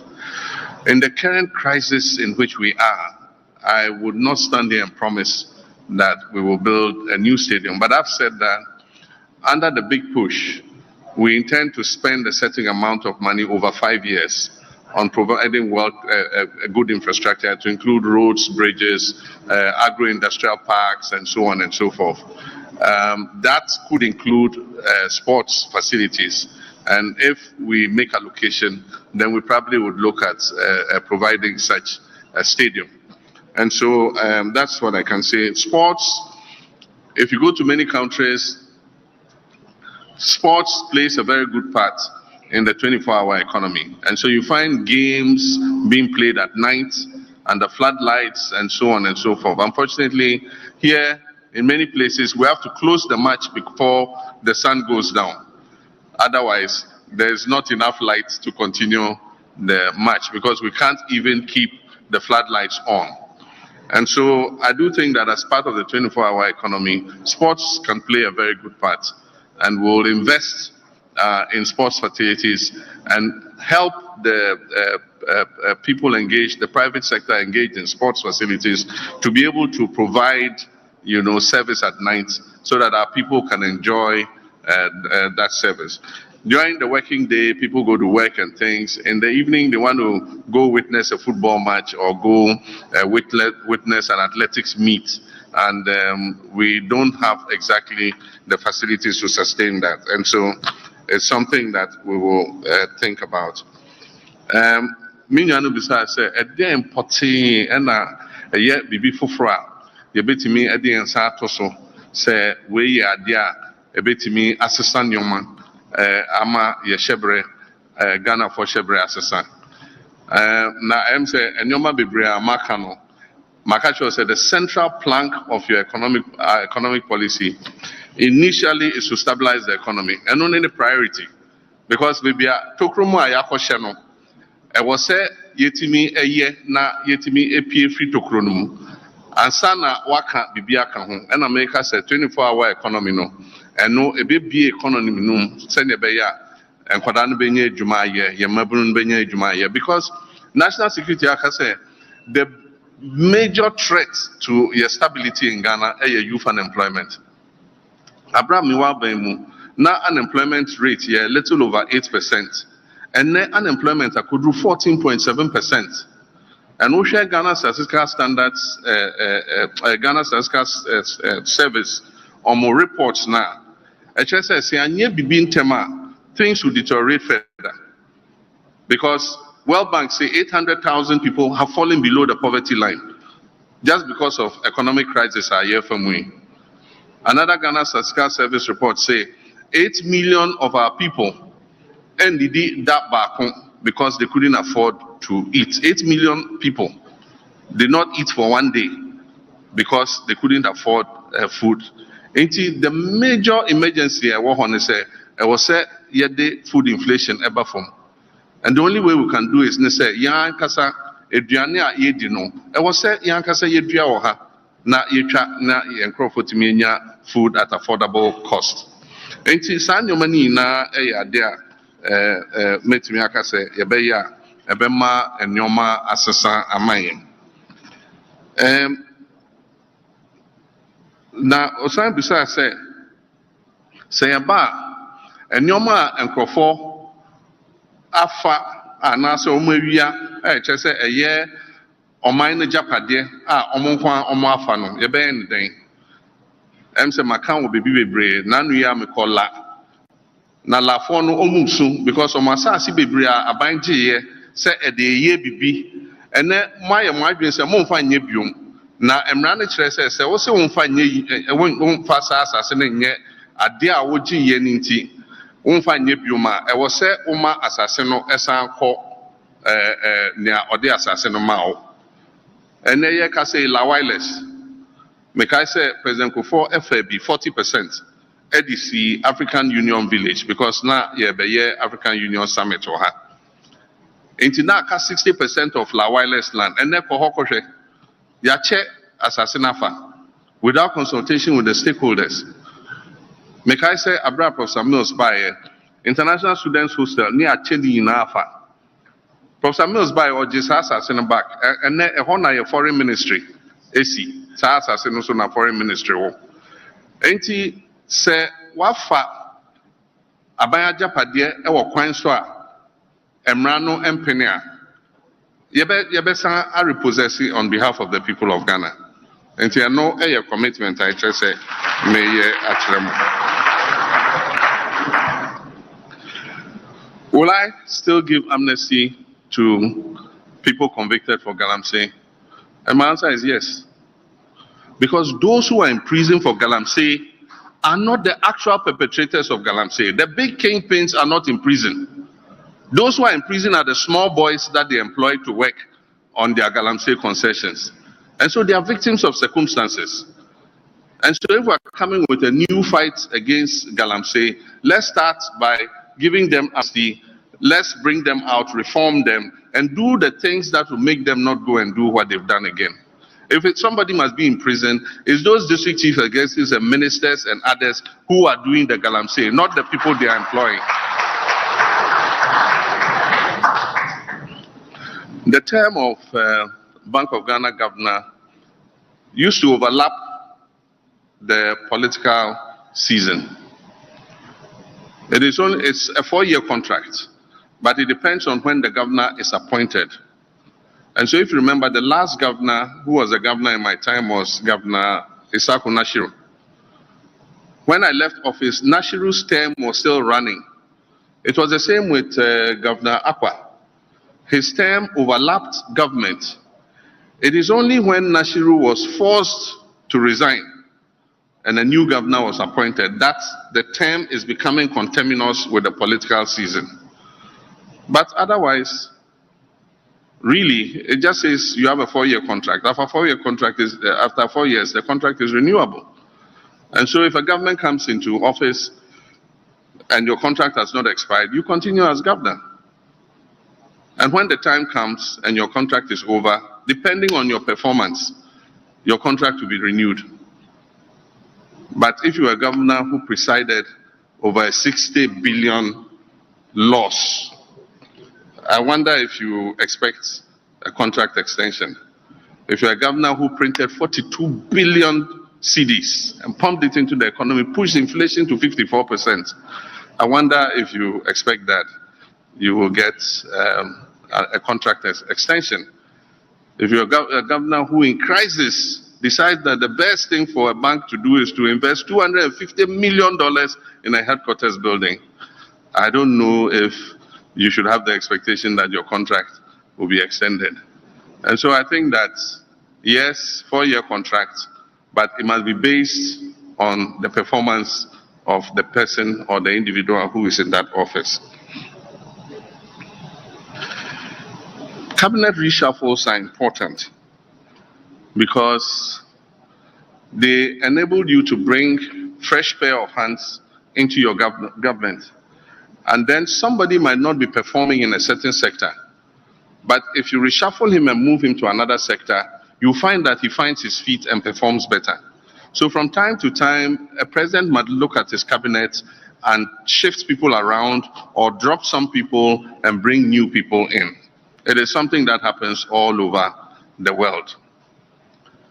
We were advocating for the reshuffling of the finance minister because from as far back as 2019, we could predict what was going to happen.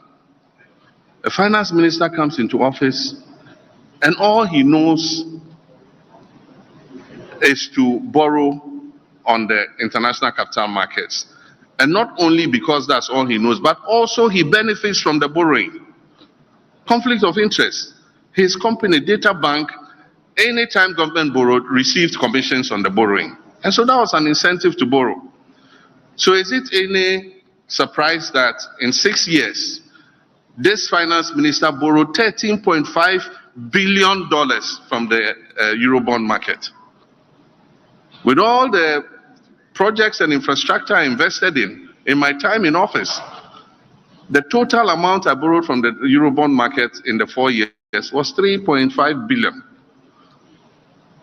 In 6 years, this minister had borrowed $13.5 billion.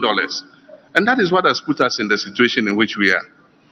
And if even that money had been put into productive use and infrastructure, we will not be sitting here and lamenting about this country.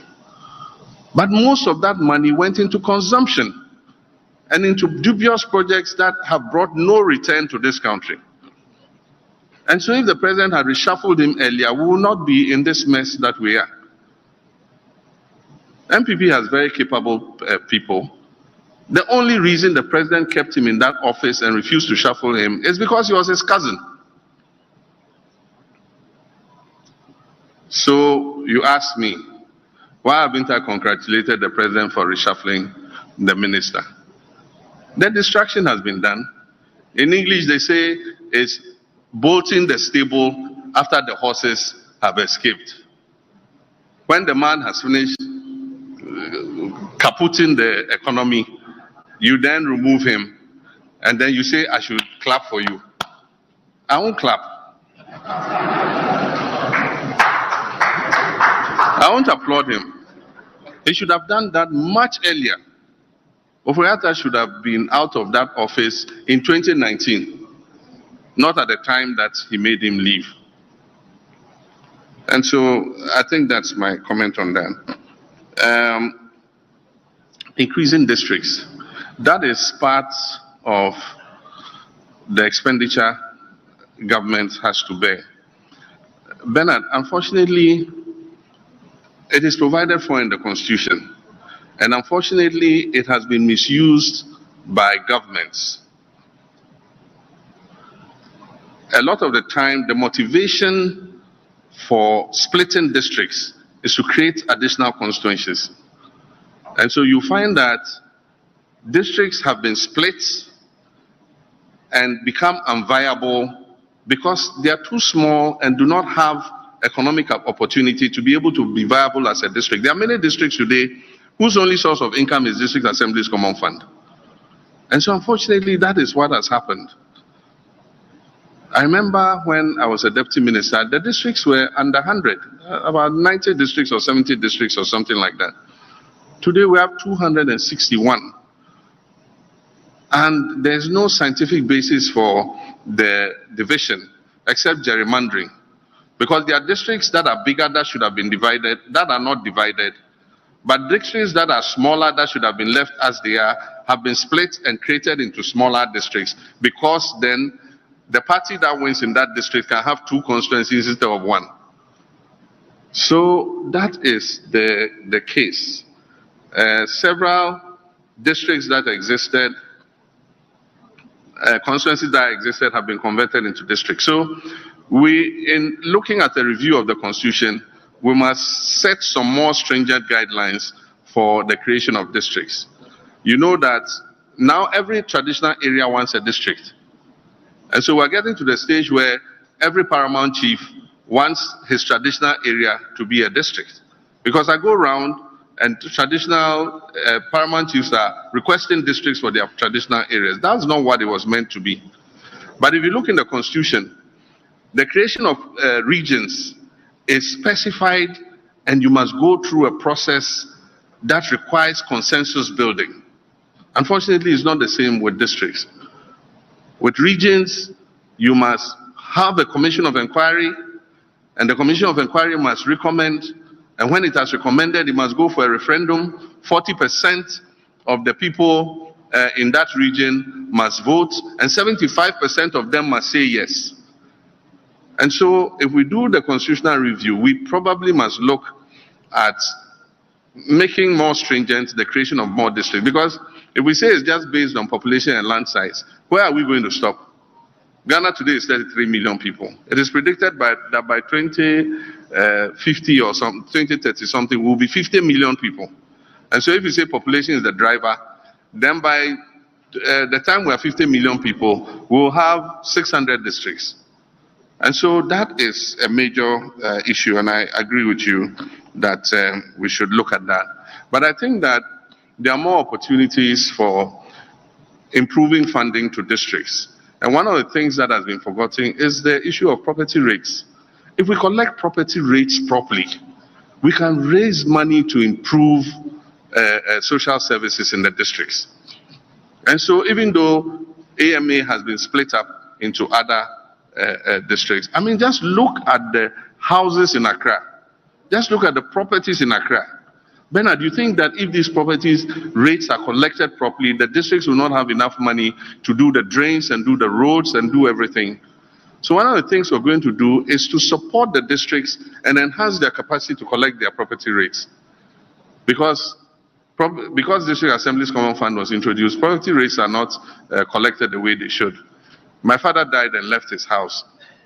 One day I got a frantic call. Brad John, come. They've come to paste a notice that they're going to sell the house. So I go there and I look at the notice. It says, what do they call it? Distress something, and that if we haven't paid, and so we're supposed to be taken to court, you know. Meanwhile, I said, but where is the property rate bill? We hadn't received property rate bill for almost 5 years. And so they had put the address there of the place where we should go. So I went there and I said, oh, you want to sell my father's house? And I don't know, we haven't received any bills. And the man said, oh, your bills, which one is that? The Tesano, He said, the bills are here. You haven't come for your bills. Oh, I should come for my property rate bill. He says, your bills are here. Look, you haven't paid. Of course, I don't want them to sell my father's house. So I collected the bills and I wrote a check for them. And that ended the story. But I'm saying that we must support the assemblies to be able to give out the bills timeously and collect the money.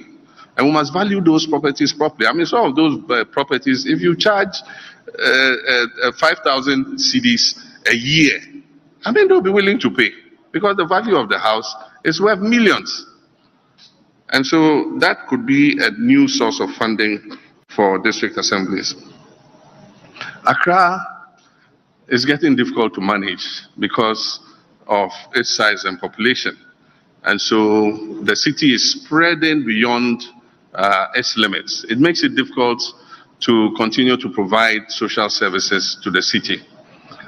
And so I propose that we look at establishing a new city so that we can move some of the agencies out of the city in order to reduce the pressure on Accra. Can you imagine if Nigeria had not built Abuja today? Lagos would have been in gridlock. You will not be able to even walk in Lagos because it would have been shut down. So I said we must start thinking about creating a new city and moving some of the agencies and departments out of the city. But of course, we must connect the two cities with good transportation networks so that people can go back and forth. And aside from that, it gives us an opportunity to plan that city better and ease the gridlock in Accra. It is not an immediate project. I said I envisage that it will take about 20 years to complete, but we must start somewhere. And that's why I said we'll start the feasibility and planning in the 4 years that I'm president. Other people will come and begin to implement. And we have the opportunity because the Volta Lake and the river are there. There will be access to clean water. We can make it a smart city where the services are provided. There will be no kiosk and containers littered all over the place. We'll provide markets so that if you want to go to the market, there's a properly organized market and everything. There are supermarkets, there are schools, there are parks for recreation and all that. We can even make it a tourist center. We can create amusement parks so that families can go there and have amusement. We can have a water park. We have no water park in this country where you can go with your family and have a nice time. And so I've envisaged that if we start towards it, we might not live to see the end of it for some of us, but our children and our children's children will benefit from the establishment of a new city like that. Will you review the IMF policy? We will not cancel the IMF policy. It is a policy that our government has signed on to, and they signed on behalf of government of Ghana. Indeed, when the crisis was reaching epic proportions, we actually asked them to go to the IMF for support because this economy was going to crash, and it would have crashed with severe consequences. And you remember, we will not go to the IMF. We will not go to the IMF today, tomorrow, or as long as we remain in power. We will not go to the IMF. We will not go to the IMF. Eventually, we told them that if you don't go to the IMF walking, you will go in an ambulance. And they ended up there in an ambulance. And so the conditionalities are more stringent than if we had gone earlier. And so, yes, we've landed in the IMF. We will work with the IMF. There are opportunities in the agreement for tweaking the agreement in some ways, not canceling it. And so, as a new government that comes, we immediately have to say to the IMF, look at the conditionalities that we're giving and see how we can tweak them to suit our present circumstances. Things are clearer now. Because at the time they signed the IMF agreement, the debt restructuring had not been concluded.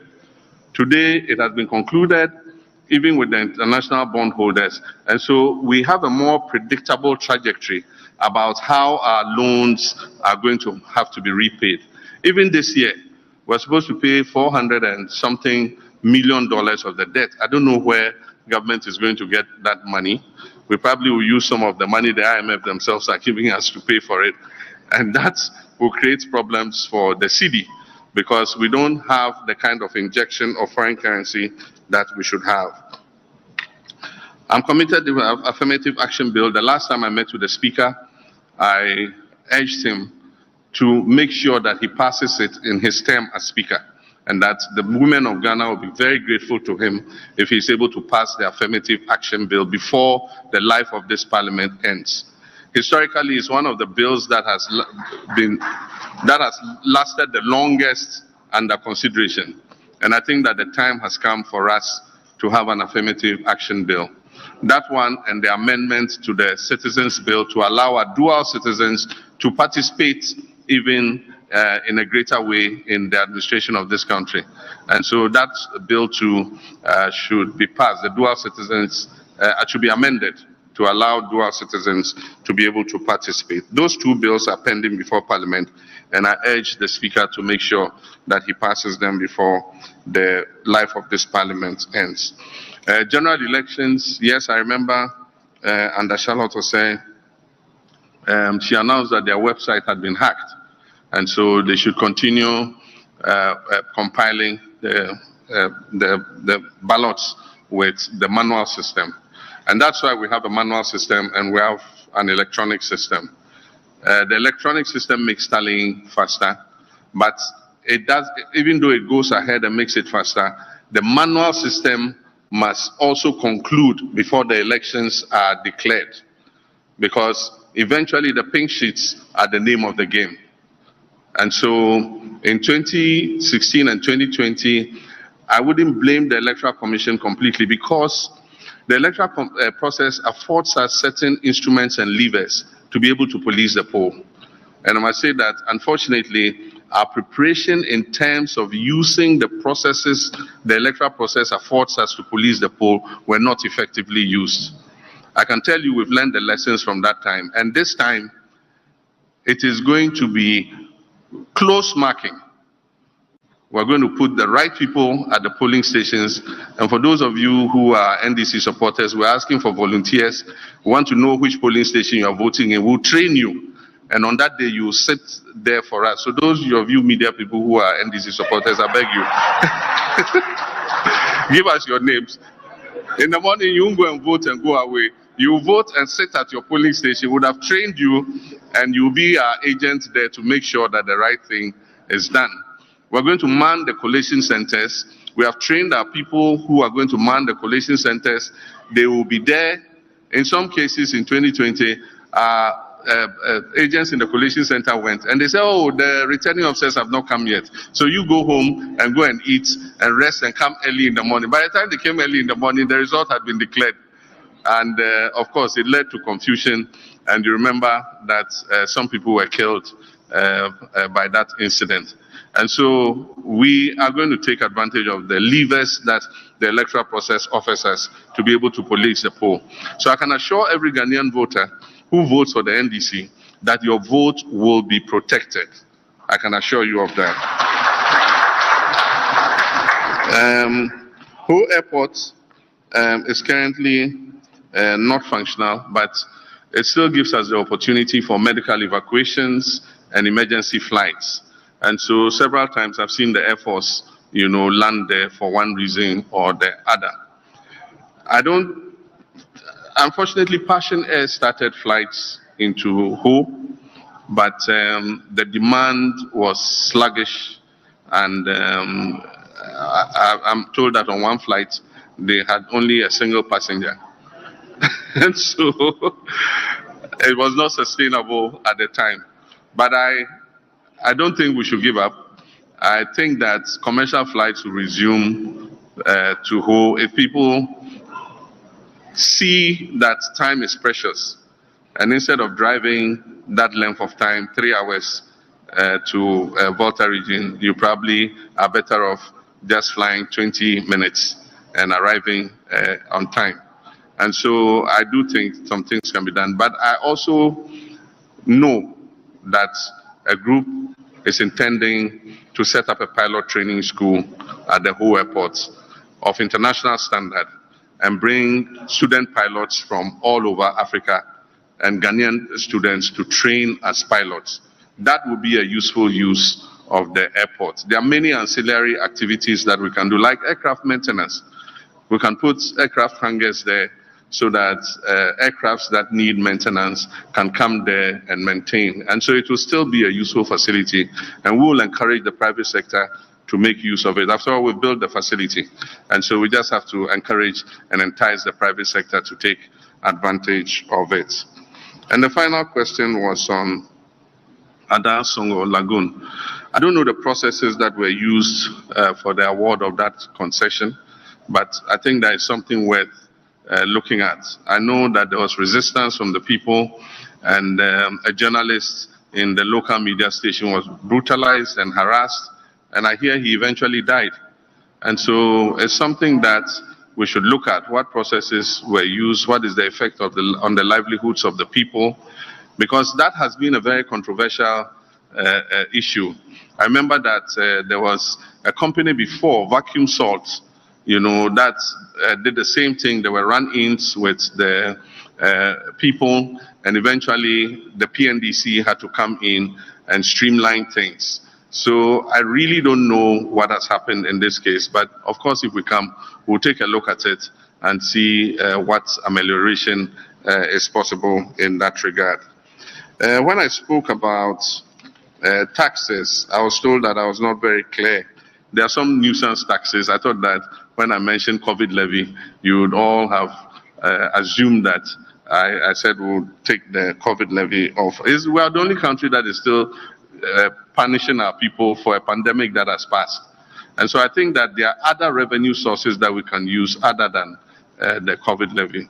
Aside from that e-levy, with all the noise that was made, the revenue that is coming in is 1 billion cedis. And why would you punish people who want to use electronic means of payment only to bring in 1 billion cedis and prevent them from doing so? And it hasn't brought in the required cash because Ghanaians are cashing out. Because why should I go and use Momo to pay? I pay a 1% transaction fee, then I pay another 1.5% COVID levy. So I pay 2.5%. But my colleague who uses cash to pay does not pay any tax. And so I'll also cash out the money from my Momo wallet and I'll go and buy what I want. And that is why e-levy is not performing. And so if we want people to use more cashless transactions, and I think that we must build a target for ending collecting of cash. You know, all government payments must be cashless, using electronic forms of payment. And if we're able to do that and take the punitive taxes off, I think more people would use it. And so I've said already that we'll abolish e-levy. So that's something that we intend to do. And so the nuisance taxes, we will take them off. And apart from that, like I said, we'll streamline the taxes and we'll make sure that we're able to spread the tax net. We've always talked about it, but this is the time for us to take action. The other time I was wondering, I have a house, people come and service my air conditioners. If there's an electrical fault, somebody comes and repairs it. A plumber comes if there's a fault with the plumbing system and all that. And it's a cash economy. I pay them with cash. And I wonder, who takes tax from all these people, all these workmen, all these artisans? At least they must pay a small percentage of that so that they also are bearing the burden of the tax net.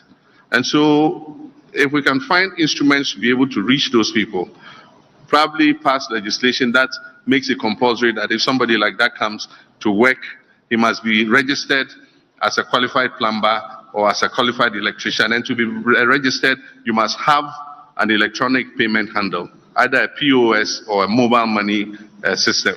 You must have a means where if you pay him, a small percentage of it goes into the tax net. That will bring more people into the tax net. But these are ideas that we are still distilling, and the details of it will be in our manifesto when we launch in August. You will see the meat and the issues that are captured in that manifesto. I thank you very much. Hello, sir. Omaru's question on whether or not you scrap the office of special prosecutor. And Kwekwe Uzeje says he didn't get your answer on what you will do for the customers of the collapsed banks and Men's Gold. I answered on Men's Gold, but the collapsed banks. I said that we'll restore the licenses of banks that were unjustifiably taken. You see, the significance of that whole thing is that those banks that were closed were the banks that held the investment of indigenous Ghanaians in the banking sector. Before, most banks were foreign banks until we encouraged Ghanaians to enter the finance and banking sector. And a lot of people like Dr. Undum, Dr. Kwabena Dufour, Heritage, and all those other banks that were closed put their monies in, got licenses, and UT Bank and all of them. And they ran successful operations. You see, those banks were the banks in the riskier end of the market because they were the ones doing SME lending. And SME lending is the most risky part of the banking sector. The foreign banks lend to big customers, the Unilevers of this world and big customers like that. And those lendings are not risky because the establishments are known and they know that they'll get their money back. And so you could expect that definitely the banks that were working in the SME sector, which is the riskier end of the market, will have liquidity problems based on bad debt and all that.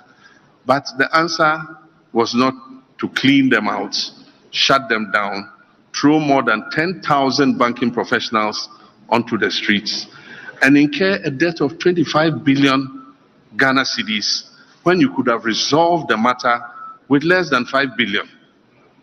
Because the reason for which they were closed was that they should increase their reserve requirements to 400 million.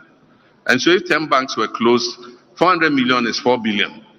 So why couldn't Bank of Ghana give liquidity support to those banks put them under administration, and make sure that they pay down the equity every year until they are able to repay the liquidity support. It was done in the case of, I think, the Bank of Scotland also. The British government knew the bank was going down.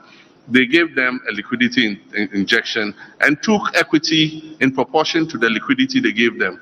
Today, that bank has fully paid. It's one of the strongest banks that you can find in England. And so I think that there were other ways we could have solved this problem without this knee-jerk action of just closing those banks. So I've said that we must restore indigenous investment in the banking sector, and we would give back the licenses of those whose banks were unjustifiably taken. There might be financial implications to it, but we must be prepared to bear those financial implications, because when government does wrong, it must restitute. And so I think that these are things that would look at with regards to the banking sector. Apart from that, not every bank must be a Class A bank. And so you can't say every bank must have a reserve ratio of 400 million, because they lend to different segments of the market. There are banks that are lending to small communities, and their reserve requirements should not be 400 million. Why do you need 400 million to establish a bank that is catering to a certain segment of the market? And so we'll have a tiered banking structure. For the small banks, Class C banks that lend to the SME sector, 80 million cedis or 100 million cedis is enough for them to operate. For the medium scale banks, 200 million cedis, 300 million cedis is enough for them to operate. And then for the Class A banks, the big banks, we can raise the reserve requirements even higher. So I think that is what we need to look at. OSP, whether will you scrap it or not? Why would I scrap the office of the OSP? I won't. Thank you, sir. It is an addition to our anti-corruption fights. And indeed, the people who set up the OSP office today are the ones trying to remove the special prosecutor. And they are the ones who are insulting the special prosecutor more than anybody else. And so the special prosecutor is doing his job. And I expect that if we remove political interference in his work, that office can be more, efficient. Today, cases that the special prosecutor took up, I mean, one cannot understand what is happening. You see what happened between the special prosecutor and Yoko. The docket has been sent to Yoko. Yoko said we haven't received any document and all that and all that. And so the case has been left to die. Today, the $1 million something under the bed case is effectively dead. And don't think that it died because justice prevailed. It died because of political interference. Another case, PPA, went to court, and the judge ordered the unfreezing of the accounts. The day he ordered the unfreezing of the accounts, the next day all the money was withdrawn from the accounts. And so we need to create an environment where the special prosecutor can work and work on behalf of the people of Ghana. And so I will not scrap that office. I will strengthen that office to be able to investigate those who are leaving office, who have been harassing the prosecutor, and also investigating my people who will fall foul of the law. Thank you very much. Thank you very much, Your Excellency. Ladies and gentlemen, I think you will agree with me that what has happened in this auditorium this evening is historic. 2 hours of questions and answers. I have never seen any opposition leader do this. And Your Excellency, I think you need to tell us the secret of your stamina. But even me, because even me, my young bones are suffering here. Thank you very much for what you've done for us. Now, ladies and gentlemen, my job is done. I will hand over to my sister Joyce Muktari Bawa, who will be closing us. Thank you.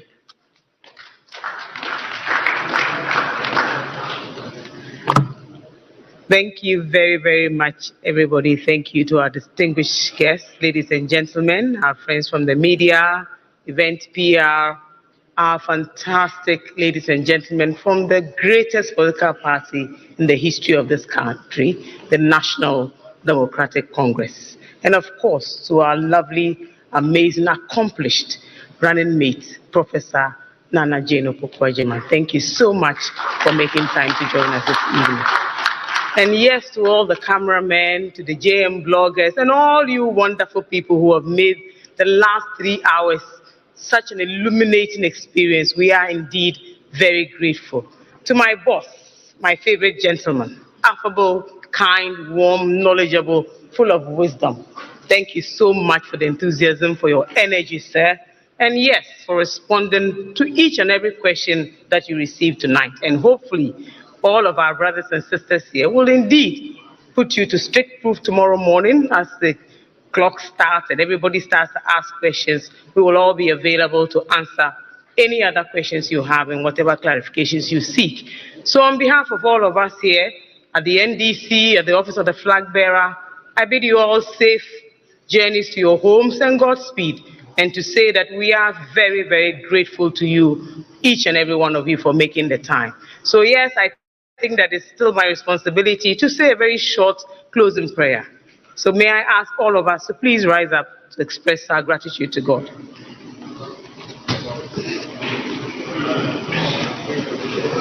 Heavenly Father, we thank you for such a wonderful evening. We thank you for your guidance. We thank you for this illuminating experience, for your presence, and for the fact that you made it possible. All of us here have been enlightened, and we ask that you will lead us safely back to our homes. As the campaign gears up to a good start, Father, we invite you into our campaigns, we invite you into our lives, into our messages, and we ask you that all of us here will work very, very hard to build the Ghana that all of us will be proud of. We thank you through Christ our Lord Jesus Christ. Amen. And please have a lovely evening. Thank you.